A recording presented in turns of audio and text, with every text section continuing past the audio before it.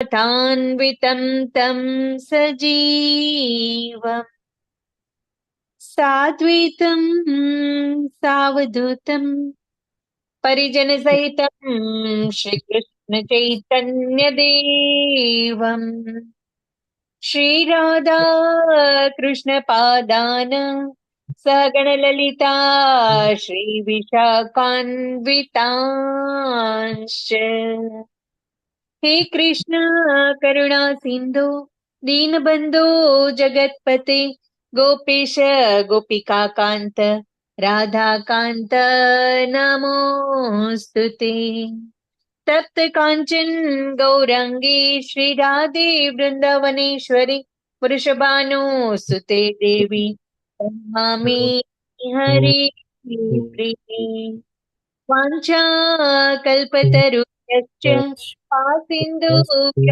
एव च पतितानां पावनेभ्यो वैष्णवेभ्यो नमो नमः नमो विष्णुपादाय कृष्णपृष्ठाय भूतले श्रीमते भक्तिवेदान्त स्वामिन् इति नामिने नमस्ते सरस्वती देवीं गौरवाणी प्रचारिणे निर्विशेषा शून्यवादी पाश्चात् देशतारिणे जय श्री कृष्ण चैतन्य प्रभु नित्यानंद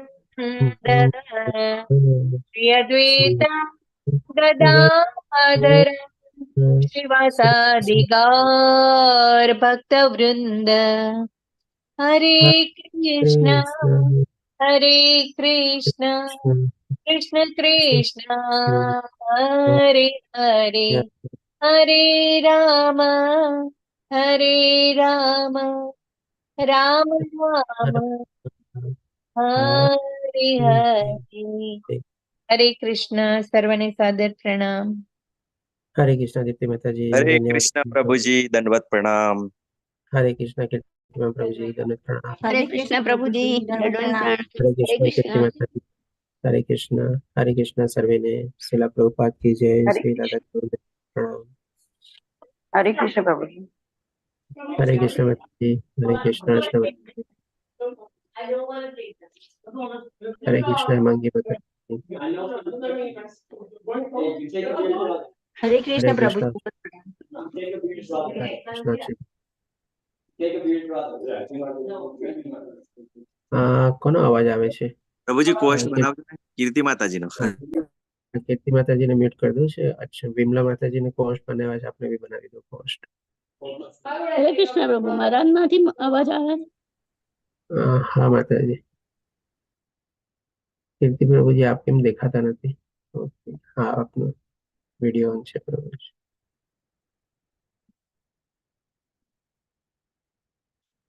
આપણે બી કોસ્ટ બનાવી દીધા છે તો આજે આપણે શ્રીમદ ભગવદ ગીતાનો છેલ્લો અધ્યાય અંતિમ અધ્યાય એટલે કે 18મો અધ્યાય લેશું જેનું નામ છે મોક્ષ સંન્યાસ યોગ અને આ રીતે આપણે નમનિષ્ઠા દાસ પ્રભુજી દ્વારા આયોજિત તેમના માર્ગદર્શન હેઠળ અને એમના માર્ગદર્શન અને આપણે કે સલાહ સૂચન હેઠળ જે આપણે આ ભગવદ ગીતાને ઓનલાઈન સમજવાનો અભ્યાસમાં આપણે જોડાયેલા છે એમાં 46મો બેચ એટલે કે ઓલમોસ્ટ 4 વર્ષ કમ્પ્લીટ કરવા આપણે જઈ રહ્યા છે એનો આપણે આ 46મો બેચ આજે આપણે કમ્પ્લીટ કરશું અથવા તો પૂર્ણાહુતિ તરફ આપણે અત્યારે આગળ વધશું આ અધ્યાય અર્જુનના પ્રશ્નથી શરૂ થાય છે તો પહેલા શ્લોકમાં અર્જુન પ્રશ્ન પૂછે છે અર્જુને કહ્યું હે માવાઓ હું સંન્યાસ અથવા ત્યાગનો ઉદ્દેશ જાણવા ઈચ્છું છું અને હે કેશીનું સૂદન હે ઋષિકેશ હું ત્યાગમય જીવન અથવા સંન્યાસ આશ્રમ વિશે પણ જાણવા ઈચ્છું છું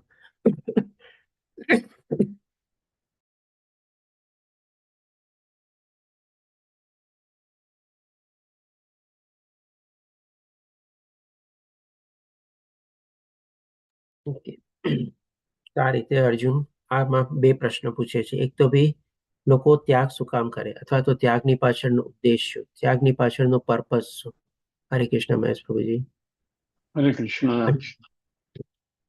અને બીજું કે ભઈ આવી રીતે જેણે ત્યાગ કરેલો હોય એનું જીવન કેવું હોય છે અથવા તેની જીવનશૈલી કેવી હોય છે? એ 2 પ્રશ્નો દ્વારા ભગવાન શ્રી કૃષ્ણ અર્જુનને કહે છે કે આ વિશે હું જાણવા ઈચ્છું છું. તો એકચ્યુઅલી જોવા જઈએ તો એ વખતે પણ છે ને ત્યાગના સંદર્ભમાં અથવા તો સંન્યાસના સંદર્ભમાં આપણે કહીએ ને કે ઘણા બધા મંતવ્ય પ્રવૃત્ત થયેલા હતા. પેલા ભગવાન શું છે આપણને એ લોકોના ટાઈમમાં જે અલગ અલગ મંતવ્ય હતા એ જણાવે છે કે કોઈ કહે છે કે ભઈ બધા કર્મોમાં કંઈક ને કંઈક દોષ રહેલા છે એટલે છોડી દેવા જોઈએ. કોઈ કહે છે કે ના ભાઈ ભૌતિક દુનિયાના આધારિત જે કાંઈ પણ કર્મો હોય બધાનો ત્યાગ કરવો જોઈએ.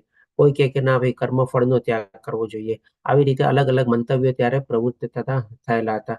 હવે પછી ભગવાન આપણને પોતાનું મંતવ્ય પણ બતાવે છે. તો ભગવાન હવે પોતાના શબ્દોમાં શું જવાબ આપે છે એ જોઈએ. તો ભગવાન 5મા શ્લોકમાં કહે છે યજ્ઞ, દાન તથા તપના કાર્યોનો કદાપી ત્યાગ કરવો ન જોઈએ. આ ચીજ ભગવાને આપણને 17મા અધ્યાયમાં ડિટેલમાં શ્રદ્ધાત્રય વિભાગમાં બતાવેલી હતી કે કેવી રીતે આપણી શ્રદ્ધા બંધાયેલી હોય છે, એની પાછળના પરિબળો ક્યાં છે અથવા ફેક્ટર્સ ક્યાં છે. એ ભગવાને આપણને યજ્ઞ, તપ અને દાન બતાવ્યા હતા. એની સાથે સંદર્ભમાં ભગવાને આપણને આહાર એટલે કે જે આપણો ખોરાક આપણે જે લઈએ છીએ એના સંદર્ભમાં આપણને શરૂઆત કરી હતી. પછી તપમાં પણ આપણને શરીરનું તપ, મનનું તપ અને વાણીનું તપ બતાવ્યા હતા. તો આ ભગવાન કહે છે કે આ બધા જે કાર્યો જે છે એ આપણે ક્યારેય ત્યાગવાનો જોઈએ. એ આપણે અવશ્ય કરવા જોઈએ, પણ કેવી ભાવનાથી? તો પણ તે અવશ્ય કરવા જોઈએ. ખરેખર યજ્ઞ, દાન તથા તપ મહાત્માઓને પણ શુદ્ધ કરે છે. એટલે કે જો આપણે ભગવાનની મુક્તિ, ભગવાન માટે આપણે મુક્તિ જોતી હોય પોતાના માટે આપણે, એટલે કે જન્મ, મૃત્યુ, જરા, વ્યાધિમાંથી આપણે મુક્ત થવું હોય, ભગવાનને પ્રાપ્ત કરવા હોય, ભગવાનના ધામમાં પહોંચવું હોય, જે રીતે પેલા લોકોના મહાત્માઓ, પેલા ઋષિઓ, સંત પુરુષો અને જે બધા લોકોએ પ્રાપ્ત કરેલી છે, તો એ ભગવાન કહે છે કે આ 3 કાર્યો કરીને જ આપણને અવશ્ય પ્રાપ્ત થાય છે. એવું નથી કે આપણે આનો ત્યાગ કરવો જોઈએ. હવે આ કેવી રીતે કરવા જોઈએ એ પણ ભગવાન આપણને બતાવે છે. તો 6ઠ્ઠા શ્લોકમાં કહે છે કે આ બધા કાર્યો એટલે કે યજ્ઞ, તપ અને દાનના કાર્યો કોઈ પણ પ્રકારની આસક્તિ કે ફળની આશા રાખ્યા વગર કરવા જોઈએ. એટલે કે definitely as a matter of duty આપણે ફરજ તરીકે કરવાના છે. કોઈ આપણને આમાં ફળની આશા ન હોવી જોઈએ. જેમ આપણે ઘરમાં માતા હોય એ બધાના ઘરના પરિવાર માટે કેવી રીતે બધાનું ખાવાનું ને બધું બનાવતી હોય, રસોઈમાં બધી અલગ અલગ વાનગીઓને બધું બનાવતા હોય, એમાં એનો કોઈ સ્વાર્થ રહેલો હોય? ડેફિનેટલી કોઈ સ્વાર્થ ન હોય. જેટલા પણ ઘરના મેમ્બર હોય બધા માટે એક સરખું બધાને માટે ભોજન બનાવતા હોય. ઇવન આપણે ઘરમાં કોઈ મહેમાન આવવાના હોય એના માટે પણ બનાવે, અથવા આપણા ઘરમાં કોઈ રેગ્યુલરલી જે રોજિંદા કામ કરવા વાળા હોય એને પણ જો આપણે કંઈક ને કંઈક આપીએ તો એના માટે પણ આપણે બનાવીએ. એટલે કે આમાં કોઈ જાતનું કોઈ ઈ જે ગૃહિણી હોય, એ જે માતા જે આપણે રસોઈ ઘરમાં કામ કરતા હોય અને જે બધા માટે ભોજન બનાવતા હોય, એમાં કોઈ જાતનો આપણે કહીએ કે સ્વાર્થ ન હોય. એમ ન હોય કે ભાઈ મારા પતિદેવ માટે હું ખાવાનું બનાવું છું તો તે મને સારી રીતે રાખે. મારા દીકરા માટે ખાવાનું બનાવું તો આગળ જઈને મારી સાર સંભાળ લે. મારી દીકરીને ખાવાની બનાવી દઉં તો કે ભાઈ પરણીને જાય તોય મને યાદ કરે. આવો કંઈકનો કોઈ પ્રકારનો એમાં સ્વાર્થ ન રહેલો હોય. નિસ્વાર્થ ભાવે બધા માટે આપણે સરસ મજાનું ભોજન બનાવતા હોય. જી, શું કહો છો કીર્તિમાં પ્રભુજી?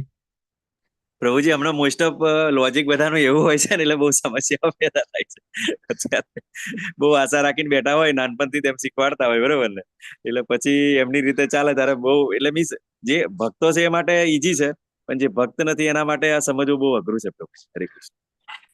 વાત તો સાચી છે, પણ આજે જેમ કે આપણે ઘરમાં આપણે માતા આપણે ખાવાનું બનાવતી હોય, તમે માતાને જઈને કોઈ પૂછો કે ભાઈ માતા તું શું કામ ખાવાનું બનાવે છે, તો તમને કોઈના સ્વાર્થ માટે તમને કોઈ કારણ નહીં બતાવે. શું કહેશે? ભાઈ મારી ફરજ છે, મારી ડ્યુટી છે, મારે બનાવવાનું છે એટલે હું બનાવું છું. આપણે એ તમને કોઈ ત્યારે નહીં કે ભાઈ મારે આ આશા છે અથવા હું આ ફળ માટે તારા માટે ખાવાનું બનાવું છું.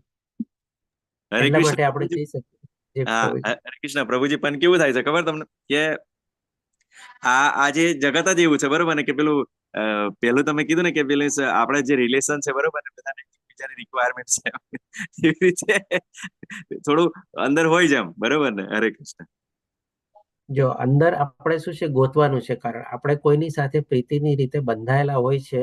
અને જ્યારે આપણને ભગવાન કહે છે ને કે આ બધી ચીજોનો ત્યાગ કરવાનો છે, બાળકો, ઘર, પત્ની, તો એ આપણે ત્યાગ છૂટતો નથી. ત્યારે આપણે કોઈને કારણ ગોતવાનું છે કે ભાઈ આપણે કયા કારણથી એના સાથે બંધાયેલા છે, અથવા આપણો પોતાનો સ્વાર્થ શું છે. ત્યારે આપણે ગોતીને આપણે કહી શકીએ કે ભાઈ આપણને જો આસક્તિ કેળવવામાં આપણને કહી શકીએ ને કે ભાઈ મદદ કરવા માટે એ કારણ જે છે બહુ મદદરૂપ થઈ શકે. અધરવાઇઝ જો આપણે કારણ ન ગોતી શકીએ તો આપણને આસક્તિ ક્યારેય આપણી છૂટતી નથી. આપણે એટલે કે ડેફિનેટલી, પણ પહેલા જેમ કે જે કોઈ વ્યક્તિ કરતું હોય ત્યારે એનો કોઈ સ્વાર્થ ન હોય, આપણે કહી શકીએ. પણ પાછળથી જયારે આપણે કહીએ ને કે આસક્તિ જયારે લાગી જાય ત્યારે પછી એને કારણ ગોતવું જોઈએ કે ભાઈ હું કયા સ્વાર્થી એની સાથે બંધાયેલો છું અથવા બંધાયેલી છું અને એ પાછળનું કારણ શું છે. તો જ આપણે અનાસક્ત થઈ શકીએ. એનીવે, સરસ હતું. પ્રેક્ટિકલી રીતે આપણે સમજવા જેવું છે ચીજ. થિયોરિટિકલી ઘણી બધી ચીજો આપણે સમજીએ છીએ, જાણીએ છીએ, અનુભવીએ પણ છીએ, પણ એની જ્યારે પ્રેક્ટિકલ કરવાનો જ્યારે વારો આવે છે ત્યારે આપણે ત્યાં અટકાઈ જઈએ છીએ. તો એના ઉપરથી જ તો આપણે આ ભગવદ્ ગીતાનું જ્ઞાન લઈએ છીએ કે આ ભગવદ્ ગીતાનું જ્ઞાન આપણને એટલું સરસ મજાનું માર્ગદર્શન આપે છે અને એટલું સરસ મજાનું આપણને કે અલગ અલગ વસ્તુનો રસ્તો દેખાડે છે, અલગ અલગ વસ્તુનું આપણને સોલ્યુશન બતાવે છે કે કેવી રીતે આપણે જીવનમાં આગળ વધવું જોઈએ. હવે પછી ભગવાન કહે છે કે આ કાર્યો કર્તવ્ય સમજીને કરવા જોઈએ. આ જ મારો અંતિમ મત છે. એટલે કે ફરજ સમજીને આ બધા કાર્યો આપણે કરવા જોઈએ. યજ્ઞ, તપ અને દાન, અને એ કાર્યો ક્યારેય આપણે આ જીવન છોડવાનો જોઈએ. હવે પછી ભગવાન આપણને બતાવે છે આગળ કે હે મહાભાવ અર્જુન, વેદાંત અનુસાર સર્વ કર્મોની સિદ્ધિ માટે 5 કારણ હોય છે. હવે તું મારી પાસેથી તે વિશે સાંભળ. એટલે માની લો આપણે આ બધા કાર્ય કરતા હોય છે અને એ કાર્ય જ્યારે સંપન્ન કરીએ છીએ ત્યારે આપણને શું થઈ જાય છે? કર્તા ભાવ આવી જાય છે કે ભાઈ આ કાર્ય મેં કર્યું, મારા કારણે સંપન્ન થયું. જે પ્રમાણે કીર્તિમાં પ્રભુજીએ કીધું ને કે ભાઈ થોડી ઘણી આપણને કહી શકીએ ને કે બધામાં આસક્તિ રહેલી હોય છે.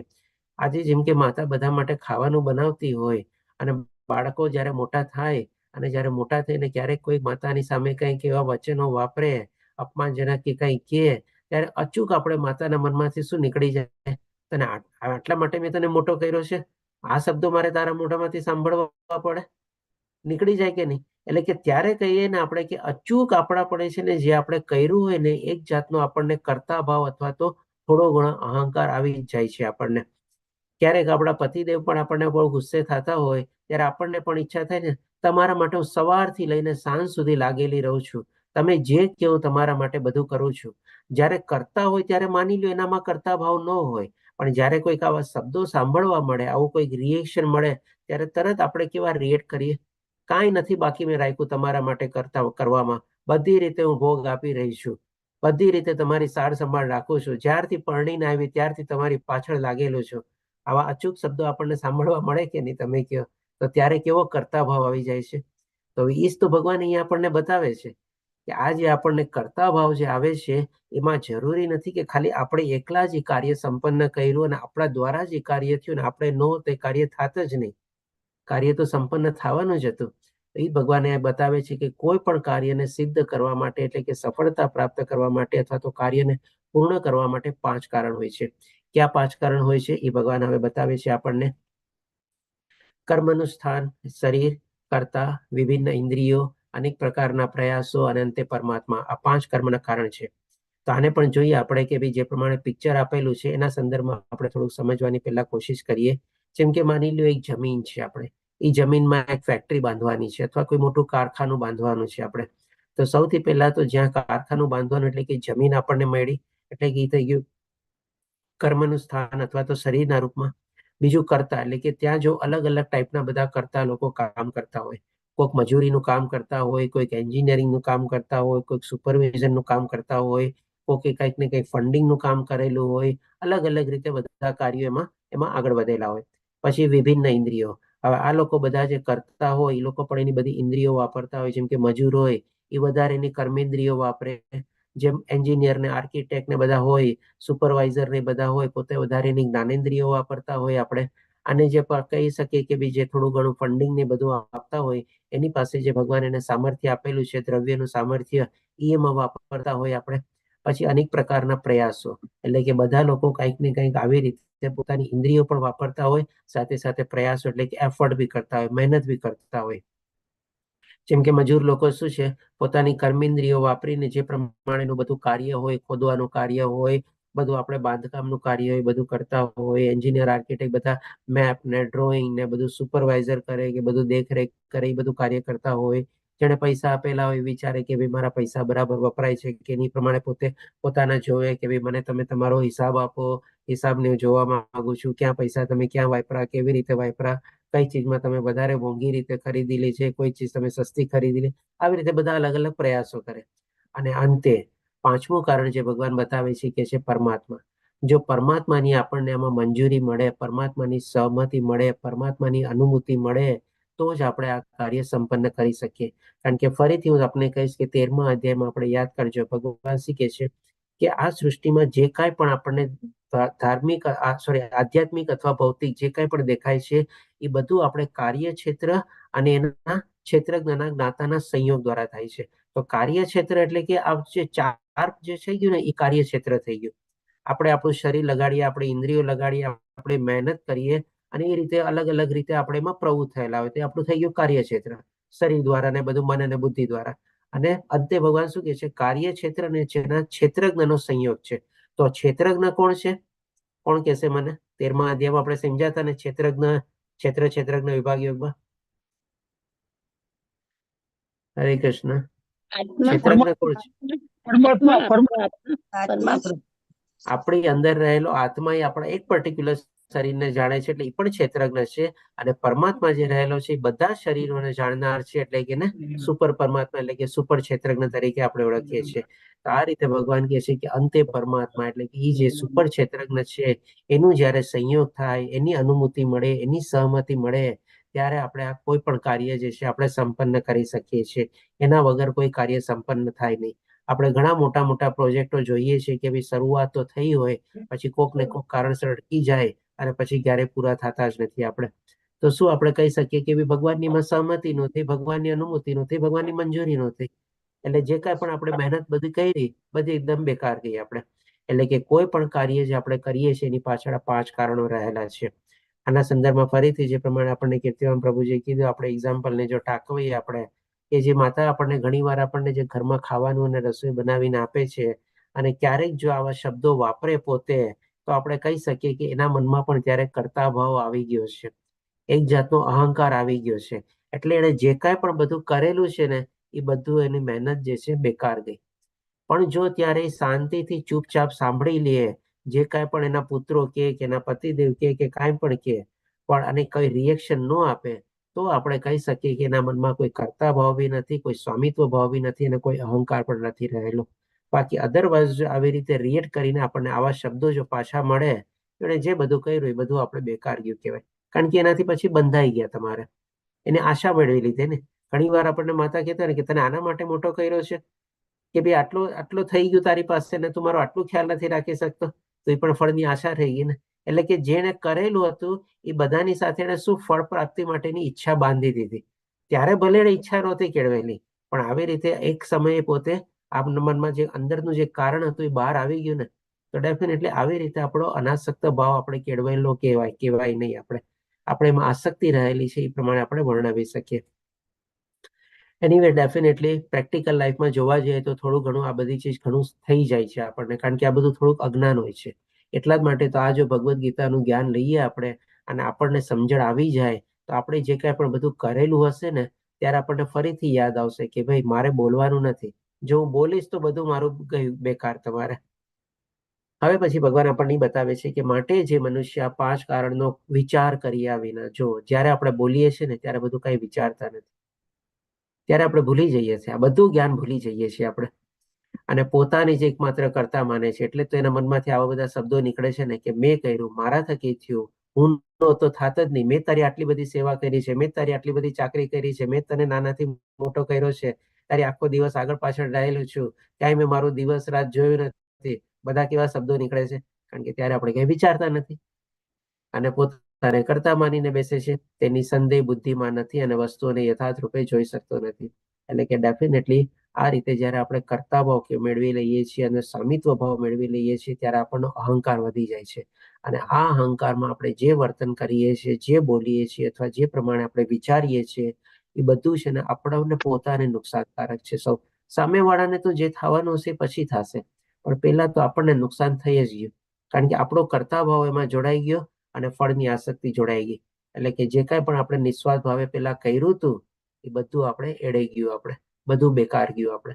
તો પછી શું કામે આવો બોલવા?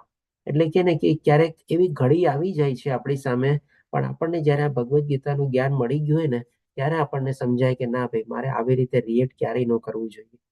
ત્યારે આપણને ખબર પડે છે કે ભાઈ જયારે આપણે પેલા રિએક્ટ કરતા હતા અમે કેટલી મોટી ભૂલ કરી. એનીવે જસ્ટ આપણે લર્નિંગના રૂપમાં આપણે આગળ વધતા જઈએ છીએ. હવે 18મા શ્લોકમાં ભગવાન આપણને બતાવે છે કે જ્ઞાન, જ્ઞેય તથા જ્ઞાતા આ ત્રણેય કર્મના પ્રેરક બળ છે, અને ઇન્દ્રિયો, કર્મ તથા કર્તા આ 3 કર્મના સંઘટક છે. હવે કર્મના કોઈ પણ કાર્ય આપણે સિદ્ધ કરવા માટેના 5 કારણો તો બતાવી દીધા, પણ હવે આપણા મનમાં પ્રશ્ન થાય કે ભાઈ હું કાર્યમાં પ્રવૃત્ત શું કામે થાઉં? અને પ્રવૃત્ત થાઉં તો મારે શું એકલા પ્રવૃત્ત થાઉં છું કે મારી સાથે પણ કોઈ જોડાયેલું હોય છે? તો હવે કોઈ પણ કાર્યમાં પાછળ પ્રવૃત્ત થવાનું આપણને જે આપણી મનમાં ઈચ્છા જે આપણે કેળવીએ છીએ એના સંદર્ભમાં પણ જે આપણને પ્રેરક બળ છે અથવા તો જે ડ્રાઇવિંગ ફોર્સ છે આપણને, એ પણ ભગવાન બતાવે છે. જ્ઞાન, જ્ઞેય અને જ્ઞાતા, એ 3 પ્રેરક બળ છે. અને સંઘટક કાર્ય ક્યાં છે? એટલે કે કોની આપણે મદદ લઈએ છીએ અને કેવી રીતે મદદ લઈએ છીએ? આપણા કાર્ય ક્ષેત્ર એટલે કે આપણા ઇન્દ્રિયોની, કર્મ અને કર્તા. તો આ ચીજને સમજવા માટે પણ આપણે એક દાખલો લઈએ. માની લો આપણે કોઈ જગ્યાએ અત્યારે ફરવા જવાનું નક્કી કરીએ. હવે તો જો કે સમર વેકેશન પૂરું થવા આવ્યું, હવે ફરવા જવાનું એટલું નથી, પણ તેમ છતાં માની લો ચાલો આપણે ક્યાંક નક્કી કર્યું કે ચાલો આપણે ફરવા જવું છે અને આપણા પરિવારની સાથે આપણે જવું છે. તો સૌથી પહેલા આપણે શું કરીએ? જે જગ્યાએ જવું હોય એના વિશે આપણે જ્ઞાન કે મેળવીએ અથવા તો માહિતી મેળવીએ ને. ત્યાં વેધર કેવી હશે, ત્યાં સુખ સગવડ કેવી છે, ત્યાં ફરવા જવાનું કેવું છે, રહેવા કરવાની વ્યવસ્થા કેવી છે, ખાવા પીવાની વ્યવસ્થા કેવી છે, ટિકિટનું રિઝર્વેશન કેવી રીતે કરવું, ફ્લાઇટમાં જવું, ટ્રેનમાં જવું, બસમાં જવું, કેટલો ખર્ચો આવશે, કેટલું ડિસ્ટન્સ છે, કેટલો ટાઈમ લાગશે, આ બધી માહિતી મેળવીએ એટલે કે જ્ઞાન થઈ ગયું. હવે આ જ્ઞેય એટલે કે લક્ષ્ય. લક્ષ્ય શું છે આપણું? તો કે ભાઈ આપણે એ જગ્યાએ ફરવા જવું છે પરિવારની સાથે, એ આપણું લક્ષ્ય થઈ ગયું. હવે જ્ઞાતા એટલે કોણ? તો કે ભાઈ આપણે એકલા પણ જ્ઞાતા હોઈએ અને આપણી સાથે પરિવારજનો પણ જ્ઞાતા હોય. આપણે ઘણી વાર નથી કહેતા કે બેટા તું આટલું જરા બધું ઇન્ફોર્મેશન ગોતીને રાખ, પછી હું જરા પૈસાને બધાની વ્યવસ્થા કરું છું. તારા મમ્મીને કહે છે કે ભાઈ આપણે જવાનું નક્કી થાય તો થોડું ઘણું ભાતું બનાવવાની વ્યવસ્થા કરે. એટલે કે આ બધા શું થઈ ગયા? જ્ઞાતા. આપણે એક રીતે જ્ઞાતા પણ થઈ ગયા અને કર્તા પણ થઈ ગયા, બંને રીતે આપણે લેશું. એટલે કે ડેફિનેટલી જેમ કે આપણે 4-5 દિવસ જવાનું હોય તો એ પ્રમાણે આપણે કહે ને કે ભાઈ આટલી વ્યવસ્થા કરજે, એટલે ઇન્ફોર્મેશન આપી દીધી, એટલે એ પ્રમાણે પણ જ્ઞાતા થઈ ગયો, આપણે પણ જ્ઞાતા થઈ ગયા. એટલે કે આ 3 થઈ ગયા પ્રેરક બળ. બાદ માની લો બધી ઇન્ફોર્મેશન મેળવી લીધી, લક્ષ્ય એકદમ નિર્ધારિત કરી લીધું કે ચાલો હવે જવું છે, અને એ પ્રમાણે આપણે બધાને ઇન્ફોર્મેશન પાસ ઓન બી કરી દીધી. હવે આપણે કરવાનું શું? તો કે ઇન્દ્રિયો. હવે જેમ કે આપણે બધાને જેમ કામ પાસ ઓન કર્યું કે ભાઈ તું આટલી ઇન્ફોર્મેશન કરજે, છોકરાને કીધું તું હોટેલ બુકિંગ કરાવી લેજે. આપણે વિચાર્યું કે ભાઈ ચાલો આટલી પૈસાની સગવડ ને બધું કરું, રેલવે રિઝર્વેશન કરાવું કે એર ટિકિટ કરાવું, એટલે કે બધી આપણે ઇન્દ્રિયો આપણે વાપરી. આપણે અલગ અલગ જગ્યાએ ગયા અને અલગ અલગ બધા આપણે પ્રયાસ કર્યા અને સાથે આપણે કર્મ પણ કર્યા.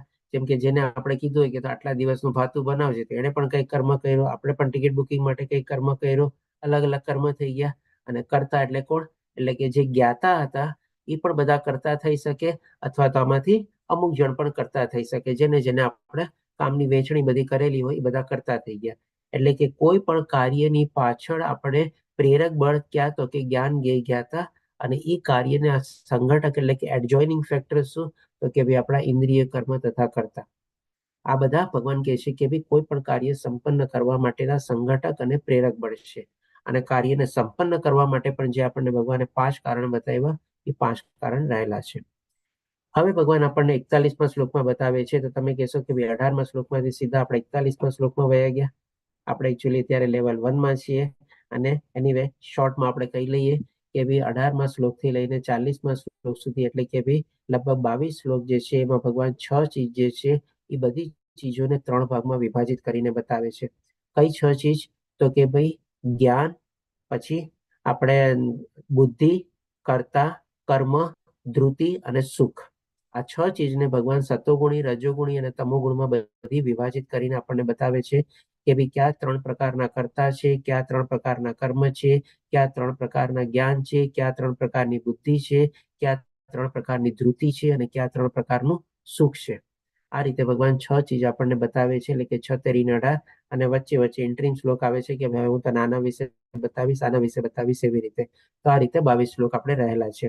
પણ ડેફિનેટલી આપણે જ્યારે લેવલ 2માં આગળ વધશું, જે આપણે ઇમિડિયેટલી કાલથી જ શરૂ થઈ જવાનું છે, આ સમય ઉપર અને આ જ લિંક ઉપર આપણે, અને અવધિ પણ આપણે લગભગ કલાકથી 1.5 કલાકની રહેશે.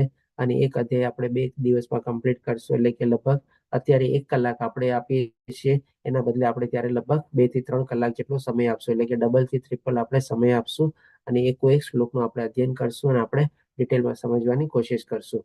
તો જેને આની પણ અવસર આપણે તક આપણે ઝડપથી એનો લાભ લઈ શકે છે. રેખા માતાજીએ ઓલરેડી કદાચ કરાવેલું હશે રજીસ્ટ્રેશન, એમાં આગળ વધી રહ્યા હશે. અને બાકી પણ જેને રિપીટર તરીકે પણ જોડાવવું હોય એ પણ એમાં જોડાઈ શકે છે.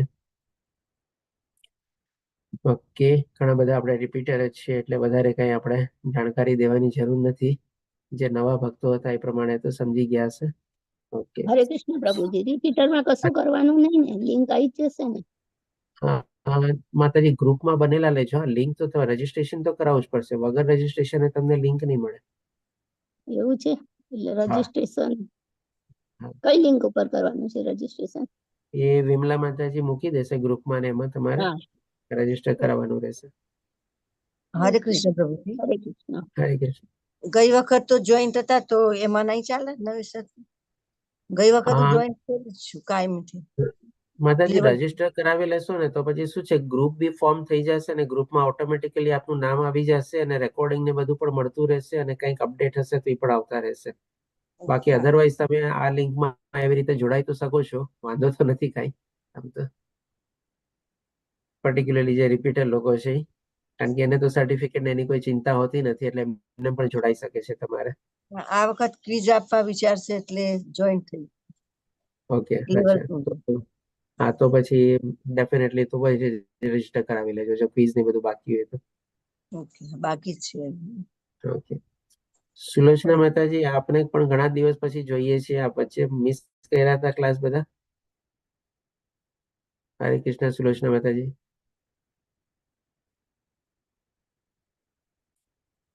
ઓકે, એનીવે ચાલ આપણે આગળ વધીએ. તો આ રીતે ભગવાન આપણને 18મા શ્લોકથી લઈને 40મા શ્લોક સુધી આપણને 6 ચિત્રણ ભાગોમાં વિભાજિત કરીને આપણને સમજાવે છે. હવે 41મા શ્લોકમાં ભગવાન કહે છે કે હે પરંતુ બ્રાહ્મણ, ક્ષત્રિય, વૈશ્ય તથા શૂદ્રોમાં ભૌતિક પ્રકૃતિના ગુણો દ્વારા ઉત્પન્ન થયેલા તેમના સ્વભાવ પ્રમાણે ભેદ કરવામાં આવેલે છે. તો આ જે વર્ણ વ્યવસ્થા જે છે ભગવાન એના સ્રષ્ટા છે એ ભગવાને આપણને 4થા અધ્યાયમાં બતાવેલું હતું અને અહીંયા આપણને ભગવાન છે ને ડિટેલમાં બતાવે છે. બ્રાહ્મણ, ક્ષત્રિય, વૈશ્ય બધાના આપણને ગુણો બતાવે છે અને કેવા કાર્યમાં પ્રવૃત્ત થાય તે પણ બતાવે છે. અને એ બતાવવા પહેલા આપણને ફરીથી ભગવાન અહીં કહે છે કે આ જે ભગવાને વર્ણ વ્યવસ્થા બનાવેલી છે એ આપણે કહી શકીએ કે ભાઈ હેરિડિટરી નથી અથવા તો જન્મ દ્વારા આપણને અધિકાર નથી મળી જતો કે બ્રાહ્મણનો પુત્ર જ બ્રાહ્મણ, પણ એના ગુણ પ્રમાણે, અને ગુણ પણ શેના દ્વારા ઉત્પન્ન થાય છે તો કે જેવો જેવો ભૌતિક પ્રકૃતિના સંસર્ગમાં આવે છે, કોન્ટેક્ટમાં આવે છે અને પ્રમાણે અલગ અલગ મનોદશા કેળવે છે, મનસ્થિતિ કેળવે છે અને કાર્યોમાં પ્રવૃત્ત થાય છે એ પ્રમાણે કોઈ ગુણો સાથે આપણે બંધાયેલો કહી શકીએ કે ભાઈ સતોગુણી છે, રજોગુણી છે કે તમોગુણી છે. અને એ પ્રમાણે જે કાર્યમાં પ્રવૃત્ત થયેલો હોય એ પ્રમાણે આપણે એને કહેવો જોઈએ માણસને કે ભાઈ આ 4 કેટેગરીમાં આમાં એ બિલોંગ કરે છે. બ્રાહ્મણનો પુત્ર હોઈ શકે, બ્રાહ્મણ હોઈ શકે કે ભાઈ જન્મ દ્વારા છે, પણ જો એના સ્વભાવ, ગુણ અને કર્મો દ્વારા આપણે વૈશ્ય અને શૂદ્ર કરતા પણ જો નીચલા કર્મ કરતો હોય તો આપણે એને બ્રાહ્મણ ન કહી શકીએ. અને એનાથી જસ્ટ વિપરીત છે, આપણે કોઈ બ્રાહ્મણ, ક્ષત્રિય અને શૂદ્રમાં આપણે વૈશ્યમાં જો જન્મ પામેલો હોય પણ બ્રાહ્મત્વ જેવું પણ પોતે જ્ઞાન પોતે કેળવી લે અને એવા ગુણોમાં પ્રસ્થાપિત થઈ જાય અને એવા કાર્યો પોતે કરવા લાગે તો એને પણ આપણે બ્રાહ્મણ કહી શકીએ છીએ. તો હવે એ ચીજ ભગવાન આપણને ડિટેલમાં આપણને સમજાવે છે કે ભાઈ બ્રાહ્મણના કેવા ગુણો હોય છે ને કેવા કાર્યમાં પ્રવૃત્ત થાય છે. તો બ્રાહ્મણના સંદર્ભમાં બતાવે છે શાંતિ, પ્રિયતા, આત્મસંયમ, તપ, પવિત્રતા, સહિષ્ણુતા, સત્યનિષ્ઠા, જ્ઞાન, વિજ્ઞાન તથા ધાર્મિકતા. આ રીતે 9 ગુણ ભગવાન આપણને બતાવે છે. આ બધા બ્રાહ્મણના ગુણો છે અને આ સર્વ સ્વાભાવિક ગુણો છે એટલે કે એના સ્વભાવમાં ઇનબિલ્ટ હોય છે આપણે, અથવા તો પ્રકૃતિ ગુણોના સંદર્ભમાં પણ આ બધા સતો ગુણો એને કેળવેલા હોય છે. જેમ ભગવાન આપણને 26 દિવ્ય ગુણો બતાવે છે ને 16મા અધ્યાયમાં, આ બધા જે અત્યારે 9 ગુણ બતાવે છે ભગવાન 26 ગુણમાં ઓલરેડી આવેલા જ છે. તમે જોજો, જસ્ટ કમ્પેર કરજો, આ બધી ચીજ એમાં રહેલી છે તમારે 26 દૈવી ગુણોમાં. તો આમાંથી ભગવાન 9 આપણે કહી શકીએ કે પિકઅપ કરીને કહે છે કે આ એક્સક્લુઝિવલી ભગવાન બ્રાહ્મણોમાં આપણને જોવા મળે છે અને આવી રીતે પછી બ્રાહ્મણો પોતાના કાર્યોમાં પ્રવૃત્ત થયેલા હોય છે. હવે એવી જ રીતે ભગવાન આપણને ક્ષત્રિયોના પણ ગુણો બતાવે છે. તો વીરતા, શક્તિ, સંકલ્પ, દક્ષતા એટલે કે સ્ટેબિલિટી, યુદ્ધમાં ધૈર્ય, ઉદારતા તથા નેતૃત્વ, આ ક્ષત્રિયોના સ્વાભાવિક ગુણો છે. અહીંયા પણ જો ભગવાન સ્વાભાવિક ગુણો કહે છે એટલે કે આ પણ એ લોકોમાં ઇનબિલ્ટ હોય છે. આપણે ક્ષત્રિયનું જેમ કે નામ પડતા જ આપણા મનમાં એક કેવો સરસ મજાનો પાવરફુલ શક્તિશાળી માણસનો ફોટો આપણે અંકિત થઈ જાય. એટલે કે વીરતા દાખવતા હોય, શક્તિ હોય, પોતે જે સંકલ્પ લીધેલા હોય એમાં પોતે આગળ વધતા હોય, પોતે પોતાના ખમીર દેખાડવામાં પણ પોતે સ્ટેબિલિટી દાખવેલી હોય આપણે, કે કોઈ પણ આવીને કોઈને કંઈ કહે તો એનાથી પોતે ડગમગતા ન હોય, પોતાના નિશ્ચયમાં પોતે અડીખમ રહેલા હોય યુદ્ધમાં ધૈર્ય એટલે કે જ્યાં સુધી કોઈ ક્ષત્રિય તરીકે કોઈને લલકારે નહીં અથવા કોઈ પડકારે નહીં ત્યાં અથવા તો કોઈને ઈજા ન પહોંચાડે અથવા તો બીજાની ઈજા ન પહોંચાડતો હોય ત્યાં સુધી ક્ષત્રિય આવી રીતે કોઈ ઉપર શસ્ત્ર ઉપાડે નહીં અથવા તો એના ઉપર હુમલો કરે નહીં. એટલે કે આ બધી ચીજની પોતે ધૈર્ય જાળવતા હોય. અને ઉદારતા એટલે કે એવી માની લો યુદ્ધ છેડાઈ ગયું હોય, સામે લડતા હોય, પણ કોઈ સામેવાળો વ્યક્તિ માની લો શરણાગતિ લે અને કે ના ભાઈ મેં મારા હથિયાર મૂકી દીધા છે, મને માફ કરી દો, તો ત્યારે પણ ક્ષત્રિય તરીકે પણ પોતે ઉદારતા દાખવીને એને માફ કરે. અને નેતૃત્વ એટલે કે લીડરશિપ, ડેફિનેટલી એને બધાનું સરસ રીતે બધાનું આપણે કે ને યુદ્ધમાં ને બધામાં કૌશલ્ય દાખવવા માટે અલગ અલગ રીતે લીડરશિપ ક્વોલિટીઝ બધી કેળવવી પડે. તો આ બધા જે ભગવાન કહે છે 7 ગુણો જે છે સ્વાભાવિક ગુણો રીતે ક્ષત્રિયોમાં રહેલા હોય છે. પછી ભગવાન આપણને વૈશ્ય અને શુદ્ર માટે બતાવે છે તો ખેતી, ગૌરક્ષા અને વેપાર વૈશ્યોના સ્વાભાવિક કર્મ છે. અહીંયા જો ભગવાન આપણને ગુણો વિશે ઓછું બતાવે છે, કારણ કે આપણે કહી શકીએ કે ભાઈ જે પ્રમાણે બ્રાહ્મણ અને ક્ષત્રિયમાં જે જ્ઞાન રહેલું હોય છે અને ઈ જ્ઞાન પણ આપણે કહી શકીએ કે આધ્યાત્મિક જ્ઞાન તો ઈ આપણે કહી શકીએ કે શુદ્ર અને આપણે વૈશ્ય એના પ્રમાણમાં આપણને છે ને એમાં ઓછું જ્ઞાન જોવા મળે છે. એટલા માટે અહીંયા ભગવાન કોઈ આપણને જ્ઞાનનો અથવા ગુણનો ઉલ્લેખ નથી કરતા, પણ એ લોકો શું છે સ્વભાવ પ્રમાણે પોતાના કંઈક ને કંઈક એવા કર્મમાં પ્રવૃત્ત થયેલા હોય છે કે જેના દ્વારા આપણે એને આઈડેન્ટિફાઈ કરી શકીએ કે ભાઈ આને બિલોંગ કરે છે આપણે. જેમ કે અહીંયા વૈશ્યના ભગવાને કયા કર્મો બતાવ્યા છે તો કે ભાઈ ખેતી. તો કે એ વખતમાં લોકો પાસે શું હતું, જમીન ને બધું હતું, એ લોકોમાં ખેતી કરતા. અને ખેતી કરતા હોય તો અલગ અલગ પશુઓ એની પાસે હોય, ગાયો હોય, બળદ હોય, ઘોડા હોય, તો એવી રીતે એ લોકોની રક્ષા કરતા. એટલે કે ગૌ રક્ષાનો મતલબ આપણે એક રીતે થઈ શકે કે ભાઈ ગાયોની રક્ષા કરવી. એટલે કે એ લોકોની પાસે જે પશુધન હતું એ લોકો એની રક્ષા કરતા, એની સાર સંભાળ રાખતા. અને વેપાર એટલે કે ભાઈ પોતાના ખેતરમાં જેટલું ધાન ઉગે બધું પોતે તો કન્ઝ્યુમ ન કરી શકે, એટલે એ શું કરે કે માર્કેટમાં અથવા ગામમાં જઈને એનું આદાન પ્રદાન કરે. લોકોને ધાન જોતું હોય એ ધાન આપે અને ખેડૂત એના બદલામાં બીજી કોઈ એને જે પોતાની જરૂરિયાતની વસ્તુ હોય એ પોતે પ્રાપ્ત કરે. એટલે કે એક જાતનો વેપાર આપણે કરે લોકો, વૈશ્ય લોકો. અને પછી હવે આપણને શુદ્રના કર્મ બતાવે છે તો કે છે શ્રમ તથા બીજાઓની સેવા કરવી એ શુદ્રના કર્મ હોય છે. આ લોકો પાસે શું છે, સૌથી પહેલા તો એટલું જ્ઞાન પણ નથી હોતું, અને જે પ્રમાણે વૈશ્ય પાસે થોડી ઘણી જમીન ને બધું હોય છે એના સંદર્ભમાં પણ આપણે શુદ્ર લોકો આપણે થોડા ઓછા ઉતરતા હોય છે. એટલે લોકો પાસે આવી કોઈ જમીન ને બધી હોતી બી નથી. તો એ લોકો શું કરે પોતાની આજીવિકા રળવા માટે, જેમ કે આ ખેતરમાં તો કેટલા બધા લોકોની જરૂર પડતી હોય, તો એ લોકો ત્યાં જઈને મજૂરી કરે અથવા તો બીજાને ત્યાં જઈને કંઈક મજૂરી કરે અથવા તો બીજા કોઈકની સેવા કરે. આવી રીતે મજૂરી અને સેવા કરીને પોતે પોતાનું કંઈક જે આજીવિકા માટે જે જરૂરિયાત હોય એ પોતે પ્રાપ્ત કરે. આમ ભગવાન કહે છે કે આ શુદ્રોના કર્મ છે. હવે આને આપણે આપણા સંદર્ભમાં સમજીએ. અત્યારે આટલી પ્રેક્ટિકલ લાઈફમાં આવા બધા ક્લાસિફિકેશન હજી છે એકચ્યુઅલી, પણ આપણે બધા શું છે એને થોડા ઘણા આપણે ઓવરરાઈડ કરેલા છે. આમ જોવા જઈએ તો બ્રાહ્મણ, ક્ષત્રિય, વૈશ્ય, શુદ્ર આપણા ઘરમાં પણ આ સિસ્ટમ એપ્લિકેબલ થાય છે, આપણા ઓફિસમાં પણ એપ્લિકેબલ થાય છે, કોઈ દેશમાં પણ તમે જોવા જાવ તો બધી રીતે એપ્લિકેબલ થતી જ હોય છે. આપણા ઘરમાં પણ આપણે જેમ કે જોઈએ તો બધા કાર્યો બધા એક જણ નથી કરતા. જેમ કે એક પુરુષ હોય એ આપણે શું કરે, બહાર જઈ અને થોડું ઘણું આપણે બધા માટે બાર્ટર સિસ્ટમ, જી મહેશ પ્રભુજી, વૈશ્યને માટે. આજે જેમ કે બ્રાહ્મણ હોય એટલે કે એ લોકોને જ્ઞાન આપવું ને બધું, તો ઘરમાં પણ જે પરિવાર હોય, મોટાજનો હોય, એ લોકો શું કરે, બીજા લોકોને જ્ઞાન આપતા હોય, એને સમજાવતા હોય. પછી જેમ કે જે પુરુષ હોય બીજે બહાર જઈને પોતે કંઈક ને કંઈક કાર્ય કરીને પોતે પૈસા રળતા હોય. ઘરમાં આપણે જે સ્ત્રી હોય બધા માટે આપણે ખાવાનું બનાવતી હોય. એટલે કે બધી આ બધી અલગ અલગ આપણા ઘરમાં પણ વ્યવસ્થા બધી રહેલી છે. બધા કામો આપણે ડિવાઈડ કરેલા હોય છે. એવી જ રીતે સમાજ વ્યવસ્થામાં પણ આ બધા કામો છે ને બધાને એકબીજામાં ડિવાઈડ કરેલા હોય છે. જેમ કે આપણા ઓફિસમાં પણ આપણા કહી શકીએ કે સ્વીપર અને આપણે જે પિયોન હોય એના વગર આપણને કામ ચાલે નહીં. ત્યાં એક બીજી ચીજ સંભાળવામાં આપણે કોઈકને એકાઉન્ટ સંભાળવા આપી દીધું હોય, કોઈકને આપણે ફાઇનાન્સ આપી દીધું હોય, કોઈકને એડમિનિસ્ટ્રેશન આપી દીધું હોય, કોઈકને બધાને અલગ અલગ કાર્યો આપણે ડિવાઈડ કરેલા હોય. તો આવી રીતે પણ શું આપણે ઓફિસનું પણ આપણે સંચાલન ચાલે છે, ઇવન દેશનું પણ સંચાલન ચાલે છે. તો એકચ્યુઅલી આમ જોવા જઈએ તો આ જે સિસ્ટમ જે ભગવાને બનાવેલી છે ને ડિવિઝન ઓફ સોસાયટી નથી અથવા તો ક્લાસિફિકેશન ઓફ સોસાયટી ન કહી શકીએ, પણ આ જાતની આપણે કહીએ ને કે વ્યવસ્થા ભગવાને બનાવેલી છે, એક સિસ્ટમ બનાવેલી છે, તો એક એરેન્જમેન્ટ બનાવેલી છે કે જેના પ્રમાણે બધા માણસો પાસે કંઈક ને કંઈક અલગ અલગ પ્રકારની ટેલેન્ટ હોય, અલગ અલગ કરવાની આવડત હોય, એ પ્રમાણે બધા કાર્યો જે છે એમાં વિભાજિત કરેલા હોય અને બધી આપણે બધાનું કાર્ય ચાલતું હોય આપણે. તો આ રીતે ભગવાન આપણને બતાવે છે કે ભાઈ બ્રાહ્મણ, ક્ષત્રિય, વૈશ્ય, શૂદ્રના કેવા ગુણો હોય છે અને કેવા કાર્યમાં એ લોકો પ્રવૃત્ત થાય છે. હવે પછી આ જે ભગવાને જે સિસ્ટમ બનાવેલી છે, આમાં એવું નથી કે ભાઈ ખાલી બ્રાહ્મણ અને ક્ષત્રિય જ ભગવાનને પ્રાપ્ત કરી શકે. ઇવન વૈશ્ય અને શૂદ્ર જે છે એ પણ ભગવાનને પ્રાપ્ત કરી શકે છે. અને કેવી રીતે પ્રાપ્ત કરી શકે છે તો એ આપણને આ 46મા શ્લોકમાં ભગવાન આપણને બતાવે છે. જે જીવ માત્રનું ઉદ્ભવ સ્થાન છે, એટલે કે આપણા બધાનું ઉદ્ભવ સ્થાન કોણ છે તો કે ભાઈ પૂર્ણ પુરુષોત્તમ પરમેશ્વર, અને જે સર્વવ્યાપી છે, બધી જગ્યાએ વ્યાપક છે, બધી જગ્યાએ છવાયેલા છે, કણકણમાં ભગવાનનો વાસ રહેલો છે. તે ભગવાનની ઉપાસના કરીને મનુષ્ય પોતાના નિયત કર્મો કરીને રહીને પૂર્ણત્વ પ્રાપ્ત કરી શકે છે. એટલે કે ડેફિનેટલી બ્રાહ્મણ, ક્ષત્રિય, વૈશ્ય, શૂદ્ર જે કોઈ પણ ક્લાસિફિકેશનમાં આવતો હોય, જે પણ કોઈ કેટેગરીમાં હોય, બધા માટે ભગવાનના દરવાજા ખુલ્લા છે. બધા માટે ભગવાન પ્રાપ્ત કરવા સહેલા છે. અથવા તો એને કરવાનું છે શું કે ભાઈ ભગવાનની ઉપાસના અથવા તો ભગવાનની ભક્તિમાં પ્રવૃત્ત થવાનું છે. અને સાથે સાથે પોતાનું નિયત કર્તવ્ય કર્મ કરવાનું છે. નિયત કર્તવ્ય કર્મ એટલે કે ભાઈ પહેલું તો થઈ ગયું કે ભગવાનની સેવા કરવાની. આપણે બધા ભગવાનના દાસ છીએ. આપણે એ પણ આપણું નિયત કર્તવ્ય કર્મ થઈ ગયું. બીજું આપણું નિયત કર્તવ્ય કર્મ શું હોય? જે પ્રમાણે આપણા સ્વભાવ હોય અને ગુણો હોય એ પ્રમાણે આપણે કોઈક ને કોઈક કાર્યમાં પ્રવૃત્ત થયેલા હોય.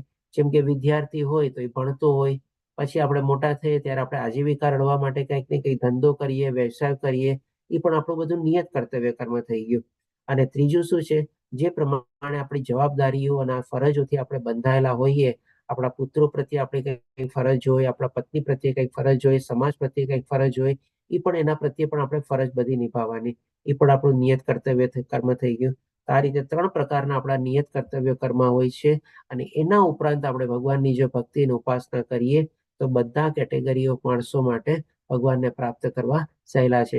એટલા જ માટે કહે છે કે પૂર્ણત્વ પ્રાપ્ત કરી શકે છે. પણ આ એકચ્યુઅલી ઘણા લોકો શું કહી શકીએ કે પર્ટિક્યુલરલી આજના વખતમાં પ્રેક્ટિકલી બધું થતું નથી. આજનો વખત તો શું છે? આપણે કહી શકીએ કલયુગમાં દેખાદેખી બહુ છે, અથવા તો એકબીજા પ્રત્યે આપણે દંભ, દેખાડો અને ઈર્ષ્યા બધું બહુ આવી જાય છે. તો એ 47મા શ્લોકમાં દ્વારા ભગવાન આપણને જ્ઞાન આપે છે કે આ ચીજ આપણે સદંતર નાબૂદ કરવી જોઈએ. દેખાદેખી કરવાથી આપણને ફાયદો થતો નથી, ઉલટાનું આપણને જ નુકસાન થાય છે.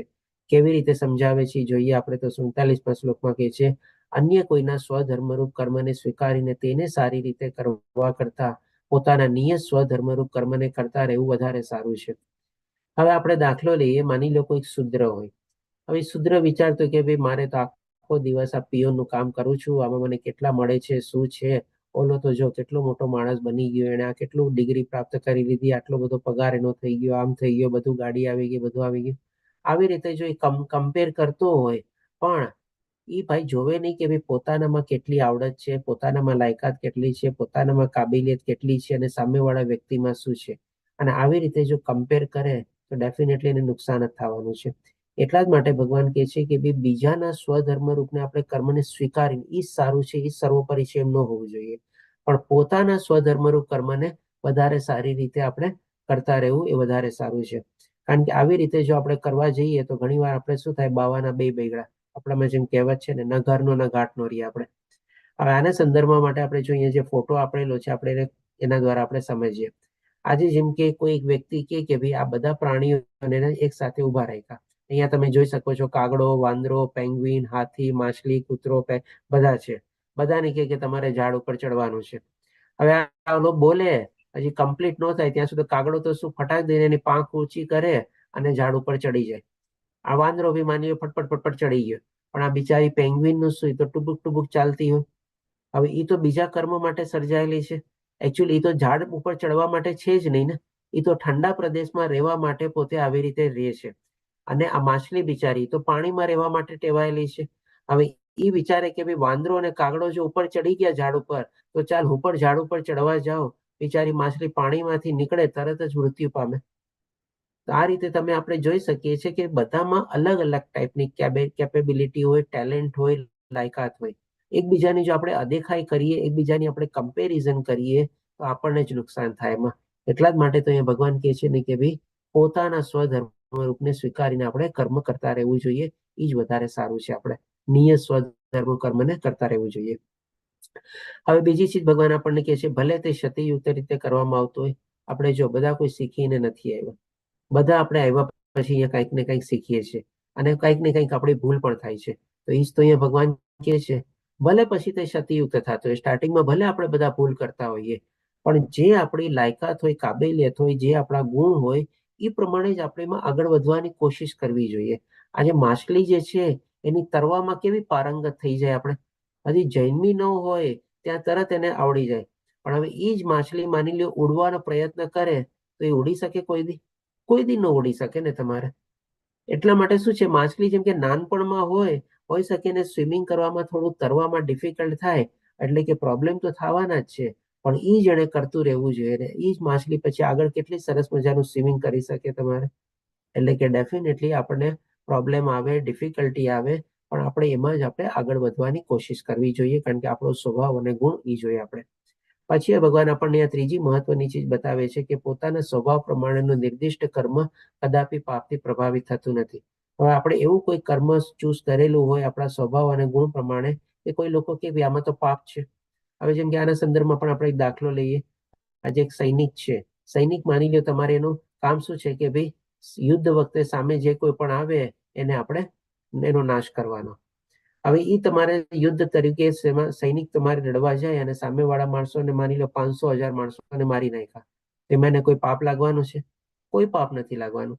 પણ હવે એ જ માણસ માની લો સિવિલિયન તરીકે પાછો આવ્યો હોય અને કોઈ બાજુવાળાને એના પાડોશને પણ કઈ ક્ષતિ કરે અથવા એની કોઈ માલહાનિને પણ એને હાનિ કરે તો એમાં એને સજા થવાની જ છે ને. ત્યારે ઓલામાં શું છે, એ પોતાનો સ્વધર્મ નિભાવતો હતો સૈનિક તરીકે, અને એને એક નહીં, બે નહીં, પણ એવા હજારો માણસોને હણી નાખ્યા તો પણ એને કોઈ પાપ ન લાગ્યું. પણ અહીંયા આવીને કોઈને ઈજા પણ પહોંચાડે છે નાની સરખી, અને કોઈને માલહાનિ પણ કરે છે તો પણ એને આપણે કહી શકીએ કે સજા અને પાપ બને લાગે છે. તો એ જ ભગવાન અહીંયા કહે છે કે ભાઈ આપણા સ્વભાવ પ્રમાણે આપણું જે નિર્દિષ્ટ કર્મ આપણે જે સ્વીકારેલું હોય, એટલે કે આપણો જે સ્વધર્મ આપણે અપનાવેલો હોય, એમાં કોઈ જાતનું આપણને કોઈ પાપ લાગતું નથી. જેમ કે માછીમાર હોય, બિચારો એનો આજીવિકા રડવા માટે માછી મારતો હોય, આપણે એમાં એને કોઈ પાપ ન લાગે. ઓલો જલ્લાદ હોય, બધાને ફાંસીના માછડે ચડાવતો હોય, એમાં એને કોઈ પાપ ન લાગે. એટલે કે આ રીતે આપણા સ્વધર્મ નિભાવવામાં આપણને કોઈ પાપ લાગતું નથી. હવે પછી ભગવાન આપણને 49મા શ્લોકમાં કહે છે કે જે આત્મસંયમી એટલે કે પોતાની આત્માની સાથે જોડાયેલો છે અને અનાસક્ત એટલે કે ભૌતિક દુનિયાના બધા મોહ માયામાં આસક્તિ નથી રહેલી અથવા તો અનાસક્ત થયેલો છે, અને જે સર્વ ભૌતિક ભોગોની ભોગોની પરવા કરતો નથી, એટલે કે એને ભોગતાનો પણ આપણે કહી શકીએ કે એને ભોગવવાની કોઈ ઈચ્છા નથી રહી અને પોતાને ભોગતા માનતો પણ નથી. તે સંન્યાસના અભ્યાસ દ્વારા કર્મફળમાંથી મુક્તિની સર્વોચ્ચ સિદ્ધિ અવસ્થા પ્રાપ્ત કરે છે. એટલે કે સંન્યાસના અભ્યાસ દ્વારા એટલે કે શું, તો કે ભાઈ એવું જરૂરી નથી ઘર બહાર છોડીને આપણે બધું ચીજ જંગલમાં વયું જવાનું, એને સંન્યાસ કહેવાય. પણ આ સંસારમાં રહીને પણ આપણે અનાસક્ત ભાવ કેળવવાનો છે, પોતાના ઇન્દ્રિયો પર કાબુ મેળવવાનો છે, ઇન્દ્રિયોના વિષયો પર સંયમ મેળવવાનો છે, અને જે કાંઈ પણ કાર્ય આપણે કરતા હોઈએ છીએ એમાં કોઈ ફળની આશા નથી રાખતા, તો એ પણ આપણે કહી શકીએ કે એઝ ગુડ એઝ આપણે સંન્યાસ છે. ઉલટાનું ઓલા સંન્યાસી કરતા કદાચ વધારે સારો સંન્યાસ એટલા માટે કહેવાય, કદાચ માની લો થાકીને, હારીને, કંટાળીને ઘર બહાર છોડી દીધા, હવે તો બહુ કંટાળી ગયો છે, પત્નીથી કંટાળી ગયો, બાળકોથી કંટાળી ગયો, બધેથી કંટાળી ગયો, ચાલો ઘર બહાર છોડો, ચાલો હરિદ્વાર. કોને ખબર ત્યાં જઈને પણ કંઈક બીજો સંસાર માંડી બેસે તો, ત્યાં જઈને કંઈક પાછું કંઈક બીજા અવળા કામ કરવા નાખે કરે તો. એટલે કે એ સંન્યાસી સાચો સંન્યાસી નથી. પણ જે અહીંયા સંસારમાં રહીને આ બધાની સામે સ્ટ્રગલ કરે છે, સંઘર્ષ કરે છે અને લડે છે આપણે, અને એ જ આવી રીતે પોતે કર્મ બી કરે છે, નિષ્કામ ભાવે કર્મ કરે છે, પોતાના ઉપર ઇન્દ્રિય ઉપર સંયમ કેળવે છે, કાબુ મેળવે છે, બધા પ્રત્યે આપણે અનાસક્તા આસ્તે આસ્તે થાય છે, તો એને ભગવાન કહે છે કે સાચો સંન્યાસી છે. એટલા જ માટે કહે છે આ જ સંન્યાસનો અભ્યાસ છે આપણે, અને આના દ્વારા કર્મફળની મુક્તિથી સર્વોચ્ચ સિદ્ધિ અવસ્થા પ્રાપ્ત કરે છે. સર્વોચ્ચ સિદ્ધિ અવસ્થા એટલે કે ભાઈ ભગવાનને પ્રાપ્ત કરે છે, અને આ સ્થિતિએ જ્યારે પહોંચી જાય છે ત્યારે એને શું પ્રાપ્ત થાય છે એ પણ પછી ભગવાન આપણને બતાવે છે. આગલા શ્લોકમાં પછી ભગવાન 54મા શ્લોકમાં આપણને કહે છે કે આ પ્રમાણે, એટલે કે કયા પ્રમાણે, ઇન્દ્રિયો પર સંયમ કેળવેલો, ઇન્દ્રિયોના વિષયો પર કાબુ મેળવેલો, કોઈ ચીજોમાં હવે એને ભોગવવાની ઈચ્છા નથી રહી, સ્વધર્મ પોતાનો નિભાવે છે, નિયત કર્તવ્ય કર્મ પોતે કરે છે, નિષ્કામ ભાવે કર્મ કરે છે, અને સાથે સાથે થોડી ભગવાનની ઉપાસના બી કરે છે. એટલે કે આ પ્રમાણે જે દિવ્ય અવસ્થામાં રહેલો હોય છે તે તરત જ પરમ બ્રહ્મની અનુભૂતિ કરે છે અને પૂર્ણપણે આનંદમય બને છે. એટલે કે હવે આપણે કહી શકીએ ને કે ભગવાન નજીકના ભવિષ્યમાં પ્રાપ્ત થવાના જ છે. તે કદાપી શોક કરતો નથી કે કદાપી કસાયની કામના પણ કરતો નથી. કાંઈ શોક કરવા જેવું રહે જ નહીં, કારણ કે પોતે આપણે કહી શકીએ કે ભાઈ કઈ ને ક્યાં સ્થિત પ્રજ્ઞ માણસની જેમ ત્રિગુણી માયાને આપણે ઓળંગવાના પરિસ્થિતિ સુધી ઉપર પહોંચેલો હોય છે. અને કોઈ ચીજની કામના તો હોતી જ નથી, કારણ કે ઈચ્છા ઉપર એને કાબુ મેળવી લીધેલો છે, ઇન્દ્રિયો ઉપર આપણે સંયમ મેળવી લીધેલો છે. એટલે કોઈ ચીજ મળે કે ન મળે એના પ્રત્યે એને કોઈ શોખ પણ હોતો નથી અને કોઈ મેળવવાની ઈચ્છા પણ એને હોતી નથી. અને સાથે સાથે બધા જીવ માત્ર પ્રત્યે સમભાવ રાખે છે, એટલે કે બધામાં એક સમત્વ ભાવ, એટલે કે બધામાં આત્માના દર્શન કરે છે. કારણ કે અત્યારે શું છે, દિવ્ય અવસ્થામાં પહોંચેલો છે. એ બધાને બાહ્ય શરીર જોતો જ નથી. એને શું દેખાય છે? બધામાં અંદર રહેલો પરમાત્માના અંશરૂપી આત્મા દેખાય છે. એટલા માટે બધા પ્રત્યે સંભાવ રાખી શકે છે. આવી રીતે દિવ્ય અવસ્થામાં જ્યારે પહોંચી જાય છે ત્યારે, અને ત્યારે એને ફળ સ્વરૂપે શું મળે છે? તો કે છે કે તે અવસ્થામાં તે મારી શુદ્ધ ભક્તિ પામી શકે છે. એટલે કે ભગવાનની જે શુદ્ધ ભક્તિ જે છે, અથવા તો અનન્ય ભક્તિ જે ભગવાન આપણને 12મા અધ્યાયમાં બતાવ્યું હતું, એ એને પ્રાપ્ત થાય છે. આવી દિવ્ય અવસ્થા સુધી જ્યારે ભગવાન કોઈ વ્યક્તિ પહોંચી જાય છે ત્યારે, અથવા તો આ સ્ટેજ આપણે કહી શકીએ કે ઓલમોસ્ટ એને આત્મ સાક્ષાત્કાર થયેલો છે આ અવસ્થામાં. હવે પછી ભગવાન આપણને 55મા શ્લોકમાં કહે છે, એટલે કે જે નજીકના ભવિષ્યમાં ભગવાનના ધામમાં પહોંચવાનો છે, એ આપણને અહીંયા વર્ણવે છે કે મને કેવળ ભક્તિ દ્વારા જ પૂર્ણ પુરુષોત્તમ પરમેશ્વર તરીકે મૂળ રૂપે જાણી શકાય છે. અને આવી ભક્તિ વડે જ્યારે મનુષ્ય મારી પૂર્ણ ચેતનામાં હોય છે ત્યારે તે વૈકુંઠ જગતમાં પ્રવેશ કરી શકે છે. એટલે કે ભગવાન આપણને અહીંયા આ શ્લોક દ્વારા આપણને પોતાના વૈકુંઠ ધામ સુધી આપણને પહોંચાડી દે છે. જો આપણે આવી અવસ્થામાં આપણું જીવન જીવીએ અને આવી અવસ્થામાં આપણે જીવ આપણો છોડીએ, એટલે કે છે ને કે મનુષ્ય મારી પૂર્ણ ચેતનામાં, એટલે કે મરતે વખત સુધી આવી રીતે આપણે ભગવાનમાં પૂરેપૂરું આસ્થા, વિશ્વાસ, શ્રદ્ધા રાખીને ભગવાનનું સ્મરણ, ભગવાનનું ચિંતન કરતા જો આપણો જીવ છોડીએ અને કોઈ ચીજોમાં આપણને આસક્તિ ન રહેલી હોય અને સંપૂર્ણ પ્રમાણે આપણે ભગવાનની દિવ્ય ભક્તિમાં અને શુદ્ધ ભક્તિમાં પ્રવૃત્ત થયેલા હોય, તો આપણને ભગવાનનું ધામ મળે છે, અથવા તો વૈકુંઠ લોક આપણને પ્રાપ્ત થાય છે. હવે પછી ભગવાન આપણને 58મા શ્લોકમાં કહે છે, આ બધું સમજાવ્યા પછી આ થવું કેટલું પોસિબલ છે આપણે પોતે પણ જાણીએ છીએ, અને જો ન થાય તો એના સંદર્ભમાં હવે ભગવાન આપણને વોર્નિંગ બી આપે છે. એટલે કે જો તું મારામાં ભાવના ભાવિત થઈશ તો તું મારી કૃપાથી, એટલે કે ભગવાનની ડેફિનેટલી કૃપા થાય છે. જેમ ભગવાન આપણને 14મા અધ્યાયમાં બતાવે છે ને કે હું એને ભવસાગરમાંથી તત્કાળ ઉદ્ધાર કરનારો છું. એટલે કે જ્યારે આપણે આવી દિવ્ય અવસ્થા સુધી પ્રાપ્ત કરી લઈએ છીએ તો ભગવાન આપણી આંગળી પકડે છે, ભગવાન આપણને હાથ ઝીલે છે અને તત્કાળ આપણને ભવસાગરમાંથી ઉપાડી લે છે. આપણને એટલા માટે કહે છે કે મારી કૃપાથી બદ્ધ જીવન, આપણે બધા અત્યારે બંધાયેલા છે, આપણે ત્રિગુણી માયાને બધાથી બંધાયેલા છે અને આ મૃત્યુ લોકમાં આપણે ફસાયેલા છે. એટલે કે આ ભવસાગરમાંથી ભગવાન આપણને ઉદ્ધાર કરનારા છે અને સર્વ વિઘ્નોને ઓળંગી જઈશ. પછી આપણા જીવનમાં જે કાંઈ પણ વિઘ્નો આવે છે પછી બધું ભગવાન એની આપણી ટેક કેર કરે છે. કારણ કે ભગવાન આપણે 9મા અધ્યાયમાં શું કીધું? મારા ભક્તોને જે જોતું હોય એની બધી જરૂરિયાત પૂરી પાડું છું અને એની પાસે જે છે એનું રક્ષણ બી કરું છું. એટલે કે આવી રીતે ભગવાન આપણી મદદે આવે છે અને આપણા બધા વિઘ્નો પાર કરાવે છે અને આપણને ભગવાન પોતાના ધામમાં લઈ જાય છે. પણ જો આવી રીતે ન થાય તો હવે કે છે કે પરંતુ જો મિથ્યા અહંકાર વસ્તુ આવી ચેતના અથવા ભાવનામાં કાર્ય કરીશ નહીં, એટલે કે મિથ્યા અહંકાર વંશ એટલે શું?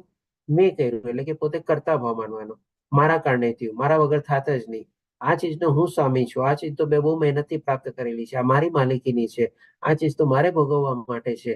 આ બધું આપણો મિથ્યા અહંકાર છે. ખોટો સ્વામિત્વ ભાવ, ખોટો કરતા ભાવ અને ખોટો આપણો ભોગતા ભાવ, આ ત્રણ આપણા મિથ્યા અહંકારના મોટામાં મોટા આપણે કહી શકીએ ભાઈ કોમ્પોનન્ટ છે આપણે. એટલે કે જો આવી રીતે મિથ્યા અહંકાર વાસ થઈ અને મારી છે આવી ભાવનામાં કાર્ય કરીશ નહીં અને મારી વાત સાંભળીશ ને ત્યાં સુધી જે ભગવાને બધું જ્ઞાન આપ્યું એ જો જ્ઞાન આપણે ન સમજીએ અને ન આપણે આચરણમાં મૂકીએ તો તું નષ્ટ થઈ જઈશ. હવે કેવી રીતે આપણે નષ્ટ થશું એ પણ પછી ભગવાન આપણને બતાવે છે. તો એના સંદર્ભમાં ભગવાન કહે છે આપણને 61મા શ્લોકમાં કે હે અર્જુન, પરમેશ્વરના જીવ માત્રના હૃદયમાં વસે છે. એટલે કે જુઓ, આપણે જે જીવન જીવીએ છીએ પરમાત્મા તો આપણા હૃદયમાં રહેલા છે. પરમાત્માને બધું ખબર છે, આપણે શું વિચારીએ છીએ, શું કરીએ છીએ, કેવા કાર્યમાં પ્રવૃત્ત થયેલે છે, આપણો પાછલો જન્મ શું હતો, આગલો જન્મ શું છે, બધું પરમાત્માને ખબર છે. એટલા માટે ફરીથી આપણને યાદ દેવડાવે છે. કારણ કે ભગવાને શું કીધું? તો તું નષ્ટ થઈ જઈશ. હવે આપણને ત્યારે પણ માની લો છે થોડો અહંકારમાં જે હોય માણસ, હવે કોણ ભગવાન જોવા આવ્યો છે, ભગવાનને શું ખબર પડવાની છે, કેવી રીતે શું થવાનું છે? આટલો બધો અહંકાર આપણે હદ સુધી જો એનો હોય વ્યક્તિનો, તો અહીંયા ભગવાન એને યાદ દેવડાવે છે કે બેટા બધું મને યાદ છે, હું કાંઈ ભૂલ્યો નથી, મારાથી અનદેખું કાંઈ નથી, કારણ કે હું તો તારા હૃદયમાં જ બેઠેલો છું. અને ભૌતિક શક્તિના અહીંયા બનેલા યંત્ર પર આરૂઢ થયેલા આ ભગવાનની ભૌતિક શક્તિનું કેટલું બધું પાવરફુલ યંત્ર છે. આપણે જાણી ગયા હતા ને 14મા અધ્યાયમાં ત્રિગુણી માયા. તો આ જે ભગવાનની જે શક્તિ જે છે, ત્રિગુણી માયા જે છે, એ ભગવાનનું યંત્ર છે. અને એ શક્તિ દ્વારા જ ભગવાન છે ને આપણને આ બધી રીતે જે ભગવાને કીધું ને નષ્ટ કરાવું છું, એટલે કે નષ્ટ થઈ જઈશ, એટલે કે સર્વ જીવોને પોતાની માયાથી ભ્રમણ કરાવી રહેલા છે. એટલે કે જે પ્રમાણે આપણે કર્મો કરીએ, જેવું વિચારીએ, જેવી પરિસ્થિતિ હોય, અંત વખતે જેવી આપણી ઈચ્છા હોય, ભગવાન એવી શક્તિ દ્વારા આપણને ગોળ ગોળ ગોળ ગોળ ગોળ ગોળ ઘુમાવે જ કરે છે. અને આ કેવી રીતે ઘુમાવે છે? તો કે ભાઈ જેમ કે અહીંયા પિક્ચર આપેલું છે, આપણે આ જન્મ મૃત્યુ જરા વ્યાધિના ચક્કરમાં આવી રીતે ગોળ ગોળ, ક્યારેક ઉછલી યોની, ક્યારેક નીચલી યોની, ક્યારેક એવી રીતે આપણે ગોળ ગોળ ફરતા રહીએ છીએ. એટલે કે જન્મ મૃત્યુ જરા વ્યાધિમાંથી આપણે મુક્ત થતા નથી. અને આ મૃત્યુલોકમાં પણ આવ્યા પછી જેમ આપણે ઓલું મિક્સી મળી બ્લેડ હોય ને, આપણે ત્રિપાખી બ્લેડ હોય, તમે જોજો. એ તો આ ત્રિપાખી બ્લેડ શું છે? ત્રિગુણી માયા છે. આપણે ત્રિગુણી માયામાં ગોળ ગોળ પીસાતા જ રહીએ છીએ ને આપણે. એટલે કે આવી રીતે ભગવાન આપણને ભ્રમણ કરાવી રહ્યા છે. અને ક્યારે? જો કે ભાઈ આપણે આ બધું ભગવાનનું ન સાંભળીએ તો, અને ભગવાનની આવી ભક્તિ ન કરીએ તો. પણ આપણે તો બધા અત્યારે આ જ્ઞાનમાં પ્રાપ્ત થઈ રહ્યા છીએ આપણે, અને આગળ વધી રહ્યા છીએ, તો આપણે સમજી ગયા છે કે આપણે શું કરવું જોઈએ. એટલે હવે 63મા શ્લોકમાં કહે છે, આ પ્રમાણે મેં તને ગુહ્યતમ જ્ઞાન વિશે સમજૂતી આપી છે. એટલે કે ભગવાન અહીંયા સુધી જે આપણે કહી શકીએ ને, ભગવદ્ ગીતાનું જે ગુહ્યતમ જ્ઞાન જે છે, બધું ભગવાને બતાવી દીધું. અને આ વિશે પૂરું મનન કર, અને પછી તારી જેવી ઈચ્છા હોય તેમ કર. એટલે કે આ રીતે ભગવાન પણ અર્જુન ઉપર પછી છોડી દે છે. અર્જુનને પણ ભગવાન સ્વતંત્રતા આપેલી છે. આ એક ભગવાનની આપણે કહી શકીએ ને કે બહુ મોટામાં મોટી આપણે ખાસિયત છે. આપણને બધાને સ્વતંત્રતા મળેલી છે, પણ એ ભગવાને જે આપણને સ્વતંત્રતા આપેલી છે, આપણે એનો છે ને સારો લાભ નથી ઉઠાવતા. આપણે એનો ગેરલાભ ઉઠાવીએ છીએ. આપણે ભગવાનને ભૂલી જઈએ છીએ, ભગવાનનું વિસ્મરણ થઈ જાય છે, અને પોતાની જાતને કરતા અને સ્વામી આપણે માની લઈએ છીએ. અને એવી રીતે આપણે આ બધી ચીજોના ભોગવવાના આપણે કારણ બનીએ છીએ. પણ એ જે ભગવાને આપણને સ્વતંત્રતા આપેલી છે, અહીંયા અર્જુનને પણ કહે છે કે જેવી તારી ઈચ્છા હોય તેમ કર. તો આ જે બધું જ્ઞાન પ્રાપ્ત કરીને જેમ હવે અર્જુન શું કહે છે એ આપણે જોઈએ. આપણે પણ એ જ કરવાનું છે. હવે ભગવાન પણ પહેલા એને કહે છે 65મા શ્લોકમાં, જે શ્લોક જે છે ઓલમોસ્ટ આપણે 9મા અધ્યાયના 34મા શ્લોકમાં પણ આવે છે. આપણે સદૈવ મારું ચિંતન કર, મારો ભક્ત થા, મારી પૂજા કર અને મને નમસ્કાર. તો ભગવાન આ કરવાનું કે છે. ભગવાન એને સ્વતંત્રતા આપી દીધી, પણ ભગવાનની એડવાઇસ શું હતી? ભગવાને શું કીધું કે જો તું મારા ભાવના ભાવિત નહીં થાય અને મારી વાત સાંભળીશ નહીં, તો તું નષ્ટ થઈ જઈશ. એટલે કે નષ્ટ હજી ન થાય અને પોતે હજી જવાબ આપે એની પેલા ભગવાન ફરીથી એને યાદ દેવડાવી દે છે કે મેં તને શું કરવાનું કીધું, તને યાદ છે ને? કે ભાઈ સદૈવ મારું ચિંતન કર, મારો ભક્ત થા, મારી પૂજા કર અને નમસ્કાર કર. આ પ્રમાણે તું નિશ્ચયપણે મારી પાસે આવીશ.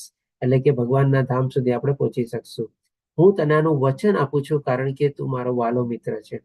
એટલે કે અર્જુનને સ્વતંત્રતા આપી બી દીધી, અને જાતા જાતા આપણે કહે ને કે જેમ આપણે મા બાપ દીકરીઓને વડાવતા હોય ત્યારે વડાવતી વખતે કાનમાં એડવાઇસ આપે ને, સલાહ આપે ને, દીકરી આવી રીતે રહેજે ઘરમાં, એવી રીતે અત્યારે ભગવાન એને કહે છે કે બેટા સાંભળી લે, હજી તને છેલ્લી એડવાઇસ આપી દઉં છું કે તારે શું કરવાનું છે. તો આ એકચ્યુઅલી અર્જુનના મારફત ભગવાન આપણને કહે છે. આમ જોવા જઈએ તો આ બધું ચીજ હવે આપણા માટે છે, તમારે.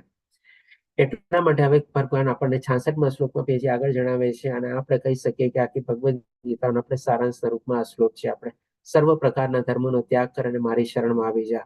હું તારો સર્વ પાપોમાંથી ઉદ્ધાર કરીશ, ડરીશ નહીં. એટલે કે અલ્ટિમેટલી આપણે ભગવાનના દાસ છીએ, ભગવાનના અંશ છીએ, અને દાસત્વ તરીકે આપણે ભગવાનના શરણમાં જવું એ આપણો પહેલો નિયત કર્તવ્ય કર્મ અથવા તો પહેલો આપણો ધર્મ છે.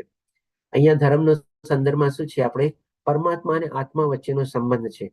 અહીંયા ધર્મની પરિભાષા એવું નથી કે કોઈ હિન્દુ, મુસ્લિમ, ક્રિશ્ચિયન, પણ આપણી અંદર રહેલી જે, કારણ કે એ વખતમાં તો આવા કોઈ ધર્મ હતા જ નહીં ને તમારે. એટલે કે અહીંયા ધર્મનો મતલબ છે આપણી આત્માનો ધર્મ શું? તો કે ભાઈ પરમાત્માના શરણે જવું. અને જ્યારે પરમાત્માના શરણે આપણે જઈએ છીએ ત્યારે પરમાત્મા આપણને બધા પાપોમાંથી પણ મુક્ત કરાવી શકે છે. જેમ આપણે કીધું ને કે ભાઈ 3 ચીજ માટે આપણે હંમેશા પૂર્ણ પુરુષોત્તમ પરમેશ્વર ભગવાન શ્રી કૃષ્ણનો સહારો લેવો પડે. એક તો ભગવાનના ધામ સુધી પહોંચાડવા કોણ પહોંચાડી શકે? તો કે ભાઈ ભગવાન શ્રી કૃષ્ણ પહોંચાડી શકે આપણને.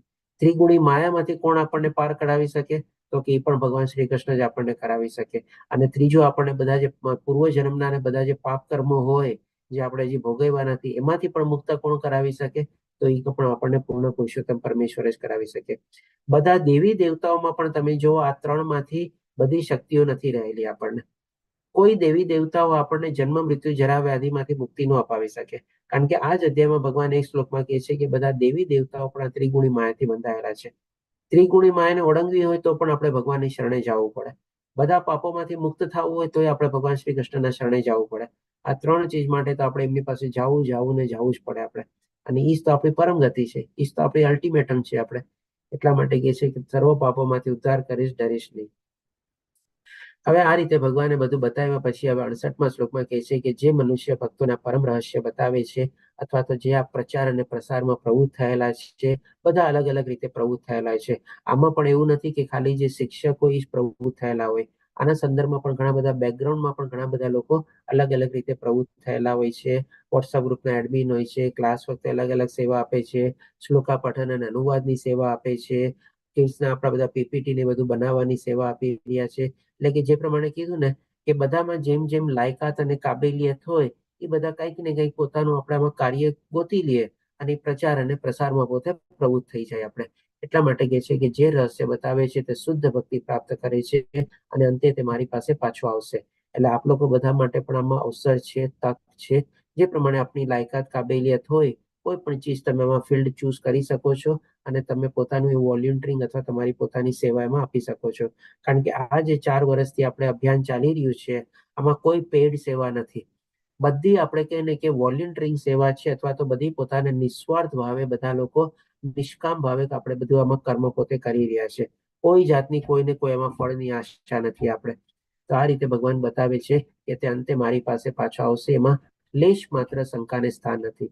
એટલે કે બહુ સરસ મજાનું ભગવાન અહીંયા આપણને બતાવે છે કે જે આવું પ્રચાર અને પ્રસારમાં પ્રવૃત્ત થયેલા હોય છે એને ભગવાનનું ધામ મળવું નિશ્ચિત છે. અને હજી આગળ બતાવતા કે છે કે આ જગતમાં તેના કરતા અન્ય કોઈ કોના કરતા, તો કે જે લોકો પ્રચાર અને પ્રસારમાં પ્રવૃત્ત થયેલા છે એમાં અન્ય કોઈ સેવક મને વધારે પ્રિય નથી અને કદી વધારે પ્રિય થશે પણ નહીં. એટલે કે ભગવાનના એકદમ પ્રિય લિસ્ટમાં આવી શકે છે જે લોકો પ્રચાર અને પ્રસારમાં પ્રવૃત્ત થયેલા હોય છે. હવે પછી ભગવાન કહે છે 69મા શ્લોકમાં કે અને હું જાહેર કરું છું કે જે મનુષ્ય આપણા સંવાદનું અધ્યયન કરે છે તે પોતાની બુદ્ધિથી મારી પૂજા કરે છે. એટલે કે ડેફિનેટલી આપણે બધા અત્યારે આ અધ્યયન કરી રહ્યા છીએ. આપણે બધા અત્યારે ક્લાસમાં જોડાયેલા છીએ. આગળના ક્લાસમાં પણ હજી આપણે જોડાશું. ઘણા લોકો રિપીટર તરીકે પણ જોડાયેલા છે. આ એક જાતનું આપણે સરસ મજાનું આપણે કહી શકીએ કે અધ્યયન અને પઠન આપણે કરી રહ્યા છે. તો એ પણ એકચ્યુઅલી ભગવાનની પૂજા જ કરવી છે આપણે.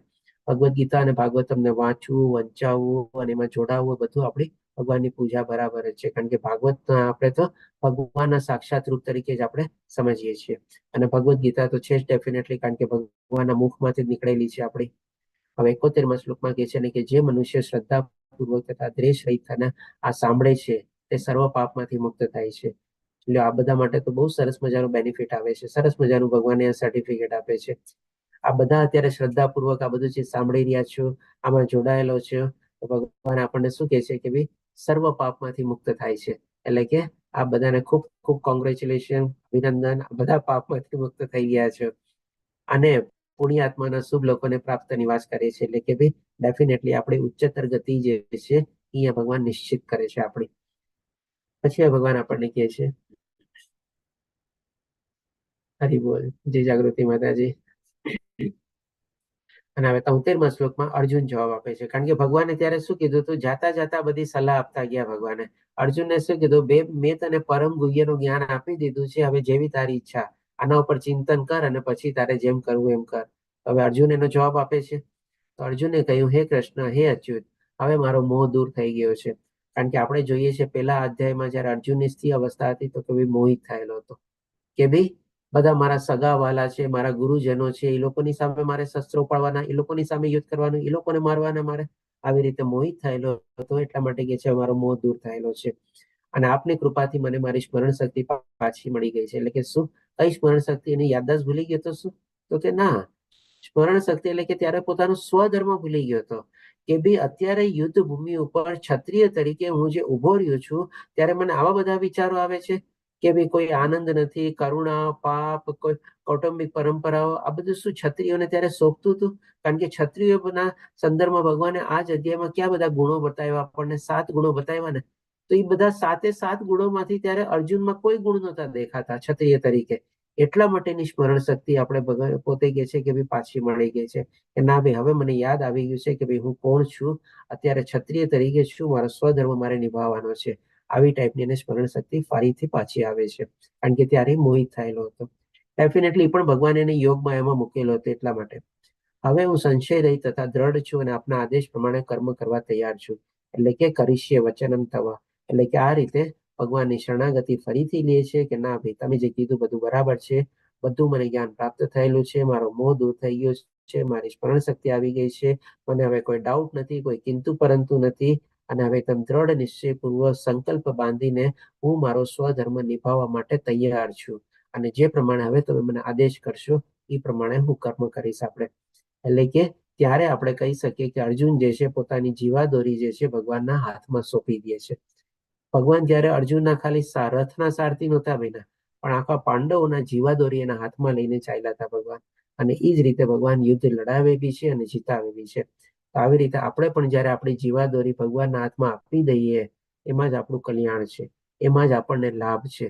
નહીં કે ભાઈ મિથ્યા અહંકાર કેળવીને કે ભાઈ હું તો આમ કરી લઉં, મેં આમ કર્યું, આવી રીતે આમ છે, એમાં કોઈ આપણને લાભ નથી. જો એ મિથ્યા અહંકારથી આપણે કેળવશું તો ભગવાને આપણને સ્પષ્ટ શબ્દોમાં કહી દીધું છે કે ભાઈ તારો તું નષ્ટ થઈ જઈશ.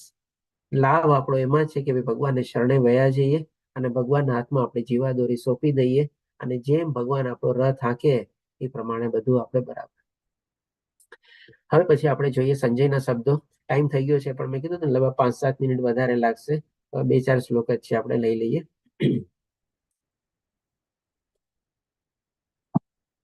તો 74મા શ્લોકમાં સંજય કહ્યું, આ પ્રમાણે મેં કૃષ્ણ તથા અર્જુન બંને મહાપુરુષોનો સંવાદ સાંભળ્યો. આ સંદેશ એટલો અદ્ભુત છે કે મારા શરીરે રોમાંચ થાય છે. એટલે કે હવે અહીંયા સંજય શું છે, પોતાના હસ્તાક્ષર મૂકે છે. આપણે જેમ કે કોઈ એગ્રીમેન્ટ કે કંઈક હોય ને, તો એમાં જો 2 પાર્ટી હોય તો ભગવાને પહેલા પોતાના હસ્તાક્ષર મૂકી દીધા. ભગવાને શું કીધું, મેં આ પ્રમાણે તેને પરમ ગુહ્ય જ્ઞાન આપ્યું છે, હવે તું એનું ચિંતન કર અને પછી જેવી તારી ઈચ્છા હોય એમ તું વર્તન કર. એટલે કે ભગવાને પોતાના હસ્તાક્ષર મૂકી દીધા. પછી અર્જુને પણ પોતાના હસ્તાક્ષર મૂક્યા. અર્જુને પણ શું કીધું કે ના ભાઈ મારો મોહ દૂર થઈ ગયો છે, મારી સ્મરણ શક્તિ પાછી આવી ગઈ છે, અને હવે દ્રઢ સંકલ્પ પૂર્વક આપ જેમ કહેશો એમ કરીશ. હવે જે દૂર બેઠો જે સંજય હતો, જેને દિવ્ય ચક્ષુ પ્રાપ્ત થયેલા હતા, એ પણ પોતાના હસ્તાક્ષર મૂકે છે, એટલે કે વિટનેસ તરીકે, આઈડેન્ટિફિકેશન તરીકે. એ પણ કહે છે કે ના, આ જે ભગવાન કૃષ્ણ અને અર્જુન વચ્ચે જે સંવાદ હતો અથવા તો જે ડાયલોગ હતો, એ મેં મારા પ્રત્યક્ષ કાનેથી સાંભળ્યો છે, આંખેથી જોયો છે, દિવ્ય ચક્ષુ મને પ્રાપ્ત થયેલા હતા એટલા માટે. અને આ જે સંદેશ એટલો અદ્ભુત છે કે મારા શરીરે રોમાંચ થાય છે. આપણે તો ડેફિનેટલી આપણે જ્યારે ભગવદ્ ગીતાનું જ્ઞાન મેળવીએ ને, આપણને હર વખતે કંઈક ને કંઈક નવી અનુભૂતિ થાય, કંઈક ને કંઈક નવું જાણવા મળે, કંઈક ને કંઈક નવું જ્ઞાન પ્રાપ્ત થાય, અથવા તો કોઈક એવી સમજણ આપણે કેળવેલી હોય, એ સમજણ આપણને ઓર આપણી ગહેરી થાય, ઊંડી થાય, અને કોઈ ગેરસમજણ હોય એ પણ આપણી દૂર થાય. આ બધી રીતે આપણને ભગવદ્ ગીતાના આપણને લાભ થઈ શકે છે. એટલા જ માટે આપણા શાસ્ત્રમાં આપણે કહી શકીએ કે ભગવદ્ ગીતા બધા આપણા શાસ્ત્રોનો નિચોડ છે. એક ભગવદ્ ગીતાને જો આપણે સરસ રીતે સારી રીતે સમજી લઈએ તો આપણા જીવનનો બેડો પાર થઈ જાય, આપણે કહી શકીએ. આપણને પછી બીજા કોઈ ચીજની જરૂરત જ નથી. બીજા કોઈ આપણે કહીને કે પુસ્તક કયો કે આધ્યાત્મિક કયો કે એના કોઈ ચીજની આપણને જરૂર નથી. એ કેવળ ભગવદ્ ગીતા આપણને પૂરું પર્યાપ્ત છે. આ રીતે સંજય પણ વર્ણવે છે કે મારા શરીરે રોમાંચ થાય છે. અને હવે એ પણ પોતે આઈડેન્ટિફિકેશન તરીકે કહે છે કે કેવી રીતે, એટલે દૂર બેઠા બેઠા એને ક્યાંથી એવા દિવ્ય ચક્ષુને પ્રાપ્ત થયા, એના માટે પણ પોતે વર્ણવે છે કે વેદ વ્યાસની કૃપાથી. કારણ કે વેદ વ્યાસે એને દિવ્ય ચક્ષુ આપેલા હતા. એટલે કે વેદ વ્યાસની કૃપાથી મેં આ પરમ ગુહ્ય સંવાદ પ્રત્યક્ષપણે યોગેશ્વર કૃષ્ણના મુખેથી અર્જુનને કહેવામાં આવતો સાંભળ્યો છે. એટલે કે પોતાના હસ્તાક્ષર રૂપે મૂકે છે કે ના, આ ભગવાન શ્રી કૃષ્ણ કીધેલો છે સંવાદ, જ્ઞાન આપેલું છે અર્જુનને, અને એ મેં સાંભળેલો છે. અને મને જે દિવ્ય ચક્ષુ અથવા જે દિવ્ય ઇન્દ્રિયો પ્રાપ્ત થઈ હતી, કોના તો કે વેદ વ્યાસની કૃપાથી પ્રાપ્ત થયેલા હતા. અને 76મા શ્લોકમાં કહે છે કે હે રાજા, જ્યારે હું કૃષ્ણ તથા અર્જુન વચ્ચે થયેલા અદ્ભુત તથા પવિત્ર સંવાદનું વારંવાર સ્મરણ કરું છું. જો ભગવદ્ ગીતા એકવાર આપણે કહીએ ને કે વાંચવાથી આપણને ન સમજાય, અનેક વાર આપણે વાંચવી પડે. એટલીસ્ટ હું તો કહીશ કે કમસે કમ 7 થી 8 વાર તો છે ને મસ્ટ છે. આપણે ત્યારે જ જઈને આપણને કહીને બધું આપણને સમજાય આપણને. એટલે કે છે જ્યારે વારંવાર સ્મરણ કરું છું ત્યારે પ્રતિ ક્ષણ, એટલે કે હર વખતે હર્ષ વિભોર થઈ જાઉં છું. એટલે કે ભાઈ હર વખતે એક્સાઇટેડ થાય છે, હર વખતે કંઈક ને કંઈક નવું પ્રાપ્ત થાય છે. એના સંદર્ભમાં આપણે જોઈએ કે આપણી સાથે કેટલા બધા ભક્તો જે છે જે કન્ટિન્યુઅસલી રિપીટર તરીકે આપણી સાથે જોડાયેલા છે. આના પહેલાના પણ અધ્યાયમાં આપણે થોડું ઘણું ડિસ્કશન બી કર્યું હતું અને રમેશ પ્રભુજીએ પણ આપણને સારું ઇનપુટ આપેલું હતું કે જ્યારે આપણે રિપીટર તરીકે જોડાઈએ છીએ તે આપણને કેટલા લાભ થાય છે, આપણા રાગ વૈરાગ્ય બધું કેવી રીતે ઉદ્ભવે છે અને શુદ્ધ ભક્તિ પ્રાપ્ત થાય છે. એના સંદર્ભમાં રમેશ પ્રભુજી આપણને સમજાવ્યું હતું કે ભાઈ રાગ અને વૈરાગ્ય આપણે કહી શકીએ શુદ્ધ ભક્તિના એક પુત્ર તરીકે જ છીએ આપણે. તો ત્યારે ભગવાનની શુદ્ધ ભક્તિ જો આપણે પ્રાપ્ત કરવી હોય તો આપણે ભગવદ્ ગીતાને વારંવાર આપણે સમજવી જ જોઈએ. હવે પછી છેલ્લા 78માં શ્લોકમાં સંજય કહે છે કે જ્યાં યોગેશ્વર કૃષ્ણ છે અને જ્યાં ધનુધર અર્જુન છે ત્યાં ઐશ્વર્ય, વિજય, અસાધારણ શક્તિ તેમજ નીતિ પણ નિશ્ચિતપણે રહે છે, એવો મારો મત છે.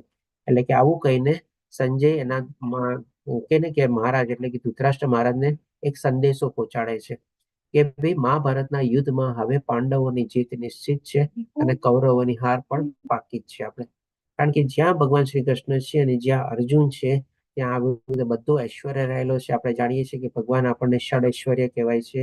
ત્યાં જ વિજય રહેલો છે અને ત્યાં જ આપણે અસાધારણ શક્તિ શું કામે? તો કે સામેવાળી સેનામાં તો 11 અક્ષોણીથી હતી અને અહીંયા પાંડવમાં 7 અક્ષોણીની હતી. તેમ છતાં પણ 7 અક્ષોણોની સેના 11 અક્ષોણોની સેના ઉપર ભારી પડે છે. કારણ કે શું કામે? તો કે ભાઈ ત્યાં ભગવાન હતા અને 11 અક્ષોણી હતી, સેના વધારે હતી પણ ત્યાં ભગવાન નહોતા, એટલે કે અસાધારણ શક્તિ નહોતી. તો પછી જ્યાં ભગવાન હોય ત્યાં જ નીતિના માર્ગે જ રહેલા હોય છે. ભગવાન કોઈ દી અનીતિના માર્ગે નથી રહેલા હોતા. કારણ કે ભગવાનનો તો એક ઉદ્દેશ છે ને. ચોથા અધ્યાયમાં ભગવાન આપણને શું બતાવે છે? દુષ્ટોનો વિનાશ કરવા, ભક્તોનું રક્ષણ કરવા. તો અહીંયા સામે પક્ષે બધા દુષ્ટો હતા અને આ પક્ષે બધા એના ભગવાનના ભક્તો હતા. એટલે એનું રક્ષણ બી કર્યું ભગવાને અને દુષ્ટોનો વિનાશ બી કર્યો અને એના પછી ધર્મની પુનઃસ્થાપના બી થઈ. યુધિષ્ઠિર મહારાજે સરસ મજાનું રાજ્ય મેળવ્યું આપણે અને ઘણા વર્ષો સુધી રાજ્ય કર્યું. એટલે કે નીતિ પણ નિશ્ચિતપણે રહે છે, એવો મારો મત છે. તો આ રીતે આપણો અહીંયા ભગવદ્ ગીતાનો આપણે 46મો બેચ અહીંયા કમ્પ્લીટ થાય છે. વાંછા કલ્પતરુભ્યશ્ચ કૃપા સિંધુભ્યઃ ચ પતિતાનાં પાવનેભ્યો વૈષ્ણવેભ્યો નમો નમઃ. હરે કૃષ્ણ કૃષ્ણ કૃષ્ણ હરે હરે, હરે રામ રામ રામ હરે હરે. ઓમ તત્સત. ભગવાન શ્રી કૃષ્ણની કૃપાથી, શીલા પ્રભુપાદના આશીર્વાદથી અને નમઃ સદાસ પ્રભુજીના આશીર્વાદ અને એમના માર્ગદર્શન હેઠળ મને જે જ્ઞાન મળેલું છે, મને જે વાંચા મળેલી છે, મને જે વાણી મળેલી છે, મને જે શબ્દો પ્રાપ્ત થયેલા એ પ્રમાણે મેં આ ભગવદ્ ગીતાનું જ્ઞાન આપવાનો પ્રયત્ન કરેલો છે. એમાં સંદર્ભમાં મારી જો કોઈ ત્રુટિ રહેલી હોય અને મારી જો કોઈ ઓળખ હોય અથવા તો કોઈ જગ્યાએ ઉણુતરો હોય તો ભગવાન શ્રી કૃષ્ણની, શીલા પ્રભુપાદજી અને નમઃ સદાસ પ્રભુજી સર્વેની માફી ચાહું છું અને આપ સર્વેની પણ માફી ચાહું છું કે ક્યાંય હું આપના મત સાથે સહમત ન થયેલો હોઉં કે આપના સંતોષકારક જવાબ ન આપી શક્યો હોય પ્રશ્નોનો, આપની માફી ચાહું છું. ઓમ તત્સત. હરે કૃષ્ણ કૃષ્ણ કૃષ્ણ હરે હરે, હરે રામ રામ રામ હરે હરે. તો આના સંદર્ભમાં જો કોઈને કોઈ પ્રશ્ન હોય તો બી લઈ શકીએ છીએ આપણે. હરે પ્રભુજી, કૃષ્ણ. સેકન્ડ જી લેવલ ની રાજેન્દ્રભાઈ. કાલથી સ્ટાર્ટ થાય છે, તો લિંક જરા જોઈન કરવા માટે કે રજીસ્ટ્રેશન માટે. મારા ખ્યાલથી વિમલા માતાજી આપને હેલ્પ કરશે આના માટે. મને વિમલા માતાજી છો આપ કીર્તિમાં પ્રભુજી? વિમલા હરે માતાજી કૃષ્ણ કીર્તિ પ્રભુજી. હરે કૃષ્ણ.